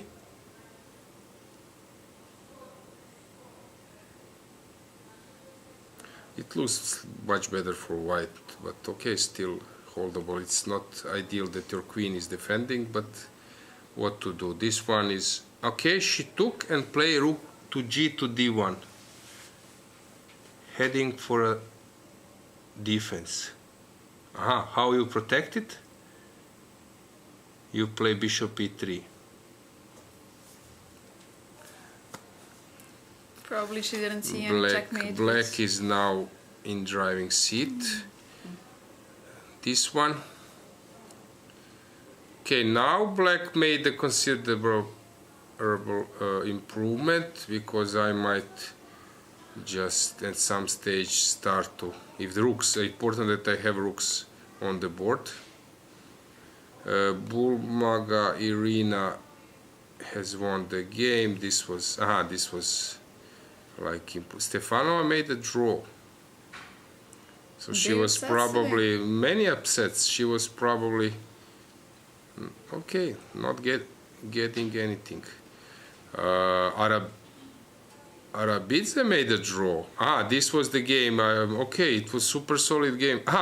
This was unpleasant. How she deal with rook c4 was played, and what is the point if I go knight d3? Why she played knight e5, heading for a massive exchanges. Well played by black, very well played. I must, frankly speaking, I cannot say much about Nadia's play. Could you tell us a bit more? Do you know her? No, actually, I don't know her as well. Okay, but this was very well played. Very solid draw against Arabidze, which is a huge thing. Do we have anything in chat? Nothing is going on. So Monica has won the game here. Okay, another end game. So guys, you can write in Chess24 chat. You can write in YouTube channel later. We can also cover your questions. We are here at your disposal. Better for white, but nothing special. It looks it should be a draw. Slight advantage, but nothing tangible. Here it's better for black. Okay, setting up some kind of threat, but still game goes on.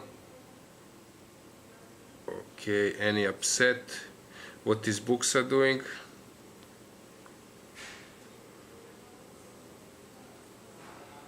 White is trying to create mess, and actually she might be successful there. Queen f4.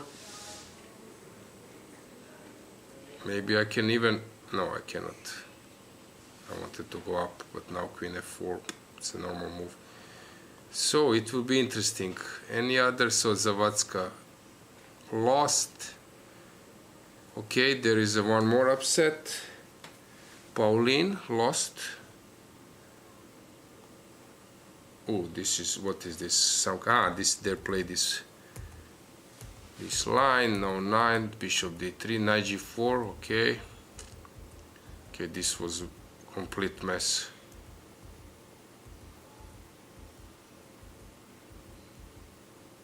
Bishop b6. White. Okay, she just white defended, and then suddenly all the weaknesses were there. Okay, Sargsyan has lost. Okay, many upsets. So maybe it's time that we make a short break, and then we will see people are out of the time trouble. they will think for a bit more than expected, and then in 10 minutes we can come back. So And continue with the drama. exactly. So see you later. Stay with us, guys.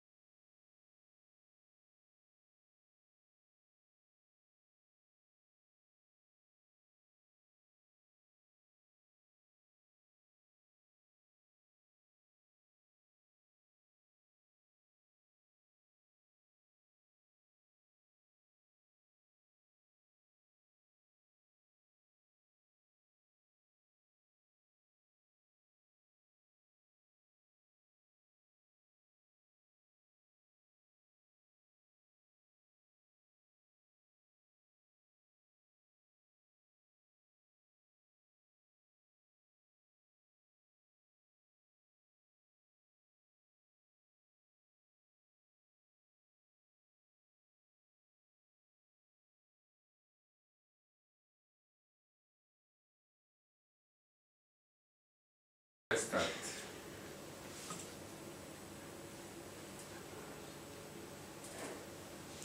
Guys, welcome back. We're back from our short break, and in the studio we have AAM Gabuyan Susanna from Armenia. Susanna, thank you for joining us. Thank you too. It's a very big upset for the first round. You managed to get a draw from Melin. How do you feel about the game? Yeah, of course, before the game, checking the pairings, I was very upset playing against Armenian. We are just 6 people from Armenia and playing. Coming to Montenegro and coming against each other. Especially first round. Yeah, especially first round. I was a bit nervous about it. I had, of course, also I had no time for preparing openings and something. Maybe your roommates as well, or? No. No. We Okay, have single it would be rooms. very complicated if you were roommates. Yeah, but of course I'm very, very happy about the result. Yes, of course. Susanna is a standard member of the national team in Armenia. I'm correct, right? I was before this year, but I Okay. lost this year. Okay, well, things can still change. Yeah, Still time to I change. hope. Okay. We've also mentioned something about chess moods. I know that you're part of chess mood team, or how you prefer to say chess mood family. Yeah. Right. Can you tell us a bit more about that? Yeah, of course, we are working so hard. We can see from so many courses that you're uploading. Yeah, especially our boss, of course, Avetik, works very hard. I'm a lady from social media part. Yeah, and we are doing everything for the chess lovers to improve their knowledge and skills for chess. Okay, so guys, definitely go check out Chess Mood. Yeah. Maybe some favorite course to mention from all of the courses that you already have uploaded? Yeah, I have some favorites. One of them is Happy Pieces. I also love our opening courses so much. Yeah, we mentioned we wanted to see whether you will use some of your tactics from the course here Tactics in or the openings? openings. Okay, I meant opening tactics, like opening preparations throughout the tournament. We will definitely keep a close eye. Yeah, that's the secret, but Yeah, that's a secret. We will not reveal anything too soon. Okay, maybe you can tell us if something is prepping up for the future, some future courses that you have in plan, if it's not a secret. No, it's not. I guess we are working now, mostly we are working now for beginners. So we are dropping a bit down a level. Okay. We had like openings for until 2,300, 400 people, but now we didn't have some courses for beginners, and now we are working so hard for them. Okay. Every single level needs to be covered up, so that's a good way. Good luck with Chess Mood, and of course, Thank you. good luck throughout the tournament. I hope that you will have some time to rest, and you will definitely sleep better Yeah. tonight with this draw. Would you mind giving us a little bit of commentary with your Yeah, game sure. today? Okay, Sure. thank you. You can join Aloysia. you. Yeah, sit here, yes. Come. So, 93, 90, so it was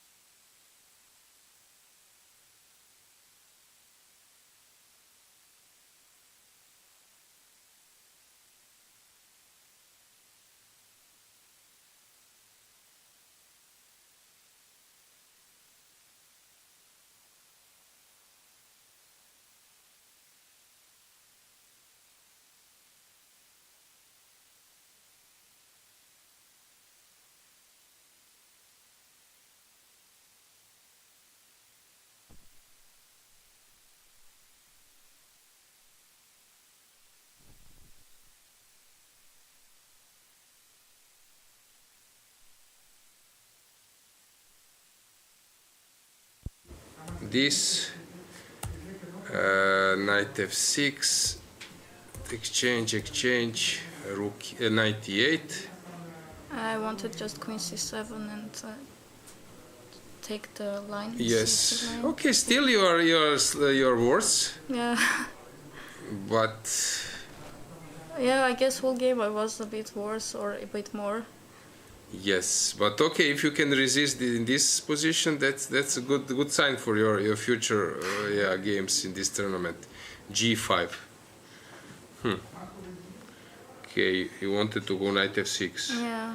Threatening. Okay, then if I would approach with my king first. This is also a little bit, I don't know. Wasting time. Yes. Yes.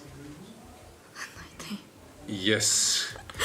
Unbelievable, yes. But sometimes it's necessary. B6.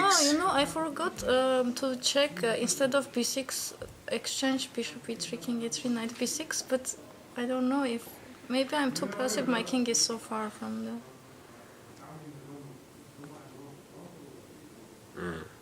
I don't know what happens. This. Yeah.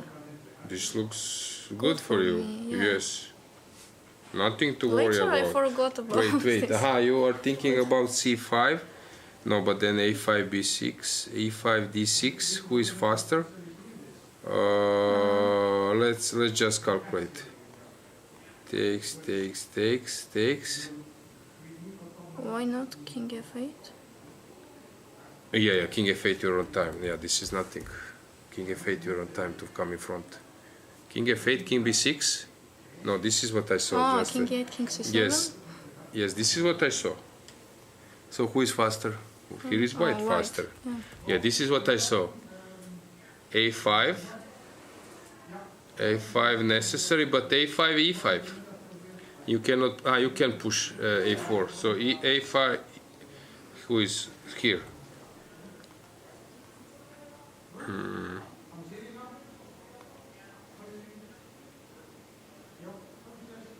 Even this. Takes, king f8. Again, king b6.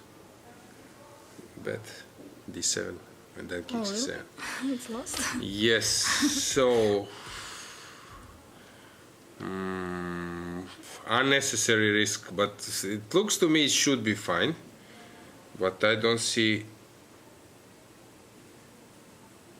You cannot take. No, then it's not clear. Yeah, my king is too Yes. too far. But okay, let's say that you approach. Can you do it? Maybe you can. Maybe it's nothing. Maybe this move saves the day. Yeah. Okay, still not clear. Yeah, it is. It is clear. No, this one is fine. Yeah, I'm on time. Yes, so you could have tried. You played b6, e5, a5. Very good defense from your side. Knight b5. No, I was so worried even if she can play, let's say, knight c5. Mm-hmm. C5 Yes, of king course, c5. this is dangerous, but you should hold there. I wouldn't be so afraid. And I had no If you time. I play was so worried about those moves, but. To play something to liquidate h6. You did it later. Yes, okay. This h6. h6 was correct. I would do it, but maybe even before immediately. I would play maybe h6. Again, I was worried my king will be too far and she can do somewhere here. I understand, but you will sacrifice then. I understand your worry, yeah. Okay, now it's a bit... Now I was so happy. Yes, now it's a bit easier. Yeah. Very... Okay. Yeah. Now you're not worse at all. When Yeah. king comes to f5, she could also become worse. Okay, so let's say she'll play king d4. Yeah, on this she played king d4. I played knight d6. Actually, same idea with knight. Yeah, king d6, king d4. I would play king d4. King f4. Takes. I can take even on g6. Knight b7. Yes, it's a draw. Yeah. It's a draw. Yes, nothing to worry about. No, this was obvious. Okay, good start. But of course, it doesn't mean so much if you don't keep up with with your further games. Okay, still the result is not included in the live transmission, but anyway we know that you made a draw. Okay, good luck Thank in you so your much. next games. We will follow it closely. Yeah, Thank you. good luck. Thank you. Okay guys, let's see what do we have in other games. On the first board it was, in the end it was a draw, very crazy one. How this happened, black was pushing in the rook's endgame, but as expected h4, this was g4 was precise move, and there is nothing to worry about. Second board, Gunina, this is a complete draw. They were moving back and forth, but anyway, quite safe play from Nadia. If c3 falls, f4 would fall as well, and that's it. Mamazada, it looks that she is finishing the game. h7, bishop here. Okay, let's see what is going on in this crazy game. Queen f7. Why queen f7? Okay, how to create a threat. This is what I'm always saying to my students. Which move creates a threat? Okay, queen h5 creates a threat. Is there any other one? Not so clear. Bishop goes to e3.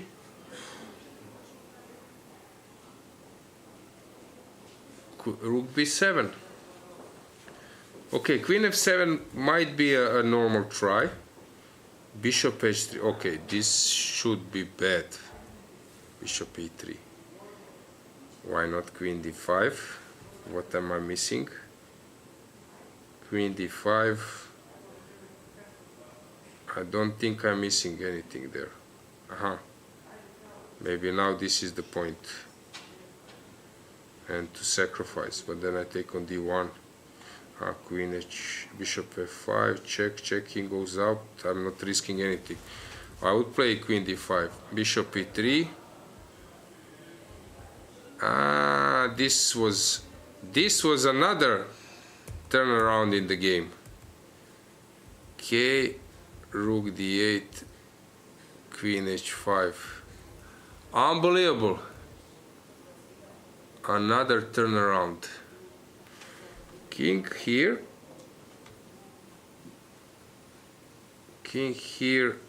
rook b8.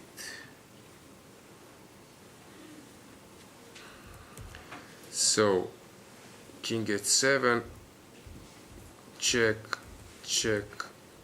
Unbelievable game, unbelievable. Okay, now is dead lost for white.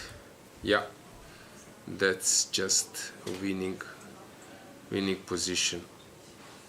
What do we have else? We have Osmak that we already noticed. Okay, Lela, she won the game here. Suddenly, okay, she was pushing, check, and she break through e5, building a battery and winning with the checkmate motive. This one we already saw. Here, this one is a draw. So what else do we have? This one was a draw. Badelka, she is completely winning. Millet,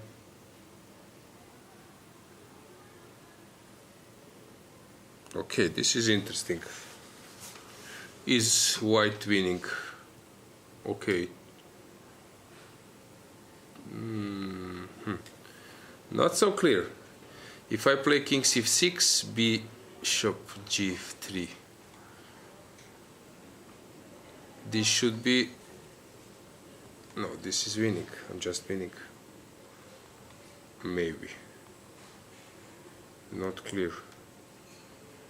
How would you win? You cannot break through. King b7, bishop f2. Draw. So king f6. So at the moment, second board still playing. Third board,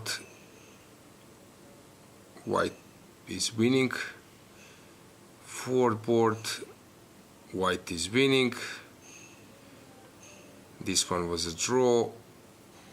Badelka is winning. So many results, many upsets in the first round, but quite an interesting round. What's going on here?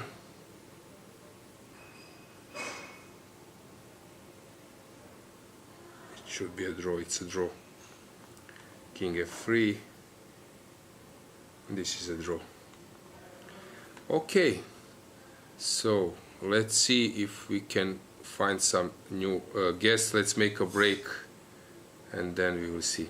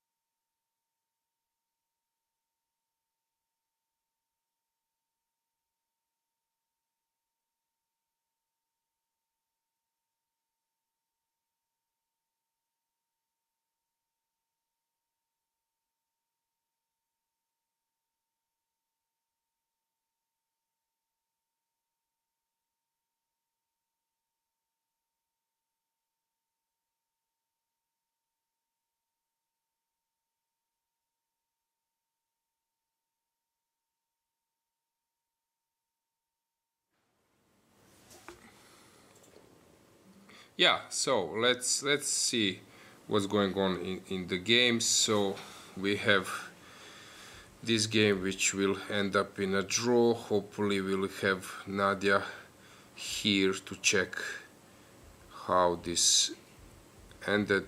Okay, it's an obvious draw. Just exchange, and black pushes, white is on time to promote her queen as well. Third board, this looks, let's check this game, how white outplayed her opponent. Okay, non-stuff, yes. Rook c1, interesting. Takes, c4, typical, little bit unpleasant positional squeeze. Okay, this is something we all love to see in games, this rook lift. Okay, pushing, but the idea was not the queen side but the king side, and suddenly this weakness is a bit unpleasant. Okay, black thought that she could keep it untouched, but now with this h5 pawn it's quite unpleasant. Okay, f4, takes. Here, this still it's unpleasant, a big weakness. So this one happened. Okay, so what we can do, we can have our guest on the second board. So Toncheva Nadia will join us now, and Dragana will keep up with the interview. So it's up to you guys now. Thank you, Leslie. Hi guys, welcome back. We have another great guest with us today, another upset, and on the second board. Congratulations, Nadia. Thanks. I don't think that she needs introduction, but still we can say woman international master and also male FIDE master. She's only 17, 18 years old. How much? 17 years old, and already making upsets in the first round on the European Championship. Congrats, Nadia, once again. Thank you. How do you feel? Did you get a chance to settle in? Yeah, I didn't have many time to prepare because I arrived this morning. But Okay, no preparation and still managed to get an upset. Congratulations once again. I know that back in our country you play for GŠK Negotino. yeah. Can you tell us, do you play for any other clubs in any other countries? I played last year for Ionikos Alexandropoulos in Greece, and I've played for Komonovo on a European Club Cup before.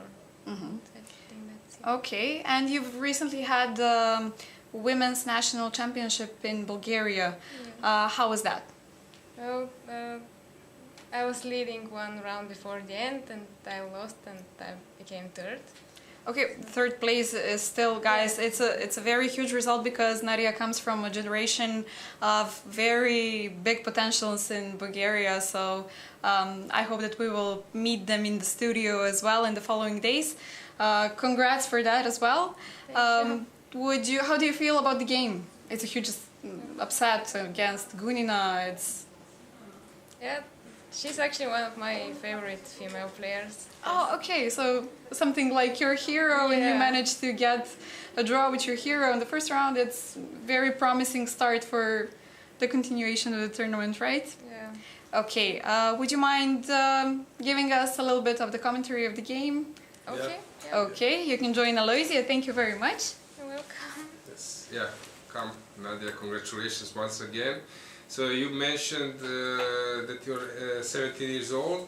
How was your performance in the youth championship? Do you have some medals in the? I haven't played in years. Okay. So you're not playing. Okay. So today, for us, it was a bit surprised that she went for Kero with knight f6 e takes. For you? Recently, she was playing this a lot. actually. Okay, so for you it was not surprise. Actually, I made a comment that before people were playing this to be solid, but when Jobava and some other players start to play, it also can be active way for black. So when were you out of the book? After 22. Okay, okay. So this is for you. But okay, it's safe position. I didn't see any adventures there for you. And actually we were surprised. What was your feeling during the game? What was your opponent's strategy? What is she up to?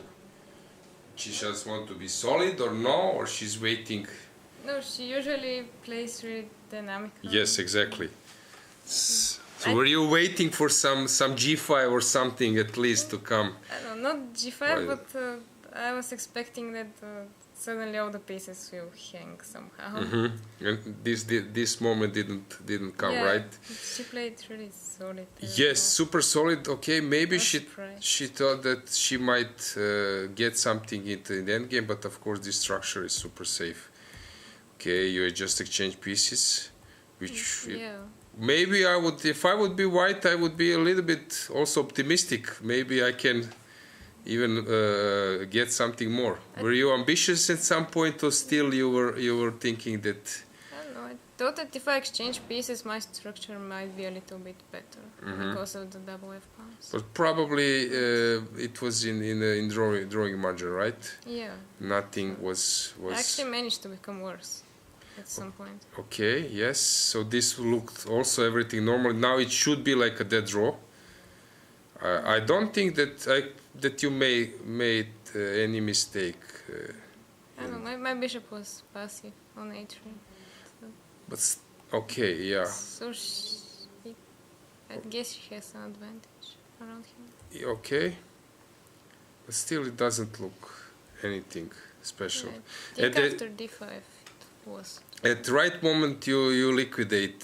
You didn't lost thread. Okay, so this king g3. For me, it looks always the so, but this is typical. When you're watching outside, you don't see any danger. But when you're playing, you are sometimes uncertain about some position. Okay, we're any moment. Is there any moment that you want to comment after this? No, here I also didn't see any danger. Yeah. Maybe after the king went to a5. Okay, let's check that one. You were marching both. Okay, king went. Yeah, maybe didn't have to let it. Okay, It's a bit but risky. still. Oh, computer say that you're losing. How come? Let's see. Bishop e6, king e6. What can be a trick? I was absolutely sure that bishop e6 makes a draw. No. Maybe so. Bishop e6, bishop e king e6. Let's say if you take. Let's go. Let's see it. So takes, takes. King d6. King d6. What can I do here? I was thinking maybe. But this should be a draw. How is Yeah, this? bishop d2 and Bishop d2. bishops. I What mean, if king you play c6, c4, no, c5? c4, bishop c3. I was losing. Ah, so okay, this- I get it. But So I you thought take? King c6, bishop takes, bishop f4, b4, and here I thought I have king b5, b3, king c4, king c2, bishop c1, and thought it's a draw there.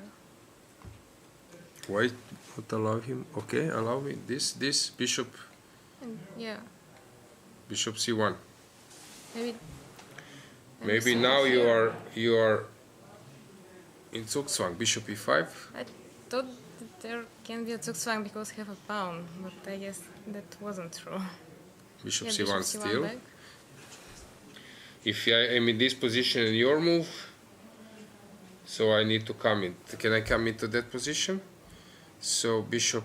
Yeah, maybe after bishop a3, bishop f4. Bishop g3, let's say, if I do bishop who was on the move, so bishop e5, bishop a3, I do bishop g3, And after bishop c1, Bishop d6. d6. it looks to me this is the key.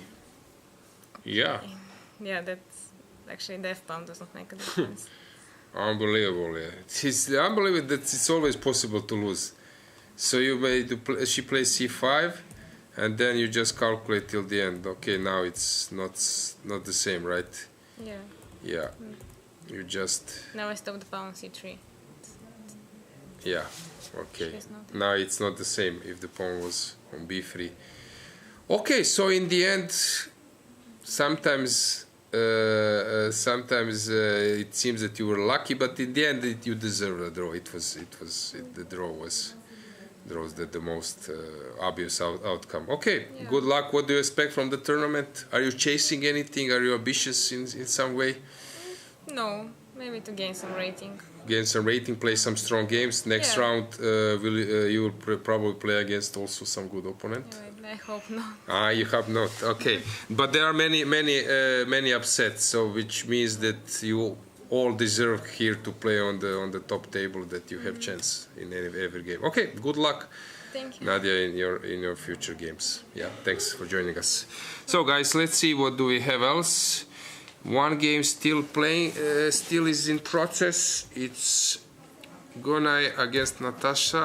What's going on there? No, she didn't want to enter this lost endgame. You can, Dragana, you can of course join me. Okay, this looked like a desperate attempt, but let's see if is it Oh, we're entering some time trouble drama again. again. Yes, some interesting time, guys. Queen d4 or queen e5. Is there any chance that black does something? I don't see.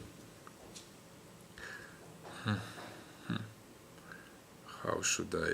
So queen d4 seems to me as an obvious move. Yes, we have to Yes. defend on b2. King d4 on the board. Yeah, I saw some trick, but there is no. Okay, there is no trick. So rook b3. You play what? How do you win? Rook b3. Obviously cannot take on b3. Yes. If you give check, I come back. And now the thing is, if you exchange, I can play this move. And but you move the king. Oh wait, this is what I miss. So you can play queen c3 here, and probably it's game over. So what should I do? Rook b3, queen f6. Okay, I can just run away. Run, forest, run. So Queen g7. if you move the rook, it's always possible to lose. If I keep Queen my g7, I queen just d9, move my king. So where do you go? maybe back, but we're not satisfied with No, the draw. white Oh, wants yeah, to yeah, win. of course. Okay, rook b3 played. Now, again, I'm having deja vu that again some crazy stuff will happen. Okay, 30 seconds. It's getting interesting. And we have so many upsets today. Yes, Did unbelievable you round. expect so many upsets in the Unbelievable. first And round? this is also very common in this event. For say that you are seeded player. If you win, sometimes you are getting a little bit, okay, at least according to ratings, you're getting easier opponents than if you are, let's say, half a point down or less, or even a point and so on. So if you can win in 1-2 first rounds, then... So queen f6 played. So everything is according to analysis. So now king a7. Let's see if this... king a7. What will happen? I don't see a win. I don't see how she can win this. King a7. Okay, king. Yes, no, yes. What should I say? Will she play? Yeah, I think She king will A do. and She will do. A7, yeah, will be on the board. If I continue something like rook f3, maybe trying to keep the rooks. Is that... This is very good move. This is very good move. King a7 played. So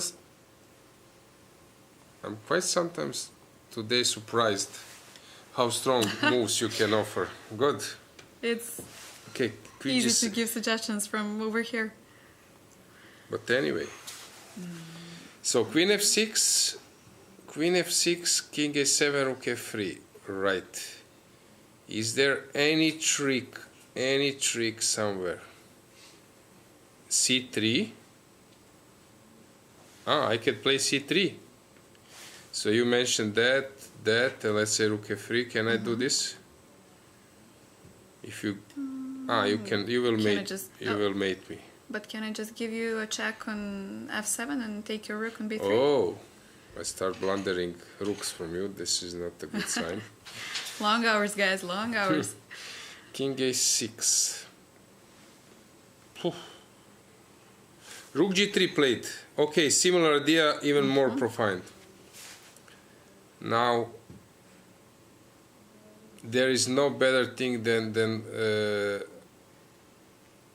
go to the endgame, force the endgame, but I think that's we can call it a day unless I miss again something. So better was with queen of, no, it or is the same. Okay, what's my threat now if you push the pawn h7? c3. Queen c3. No, there is no threat, just h7. h7 and that's it. Pawns. That's all, folks. Yeah. h7 is just deciding the game. So h7, yes, she will resign. But played on the last 4 seconds. Yes, Huh? yes, exactly. c3 on the board as well. Yeah, but now queen c4 wins or no? Maybe not. Rook it should win. So you take on h7. You take on h7. I play queen. c4, check. Or maybe rook g7 just wins on spot. Then you cover, but then you cover light square. It's not so clear. Still more drama. Queen h7, yes or no? She must play this. That's not a question. Otherwise we're promoting, so no question here. Yes, queen c4 as mentioned. Rook b5 doesn't work due to the pin, so I cannot play this because of that. So only move is to play king e7, and then you need to just play something smart. Maybe rook g5. Yeah, white is winning, but let's finish the game. So results: we have a draw on the first board, a draw on the second board, favorite lost on the fourth board, Efraimski Osmak as a favorite has won the game, Javakishvili Lela as well as a favorite, Bulmaga. Okay, then again some draws are happening. Stefanova made a draw. So many upsets today, so many upsets. Arabidze. Whom else do we have? Then we have Daniel Jan as well.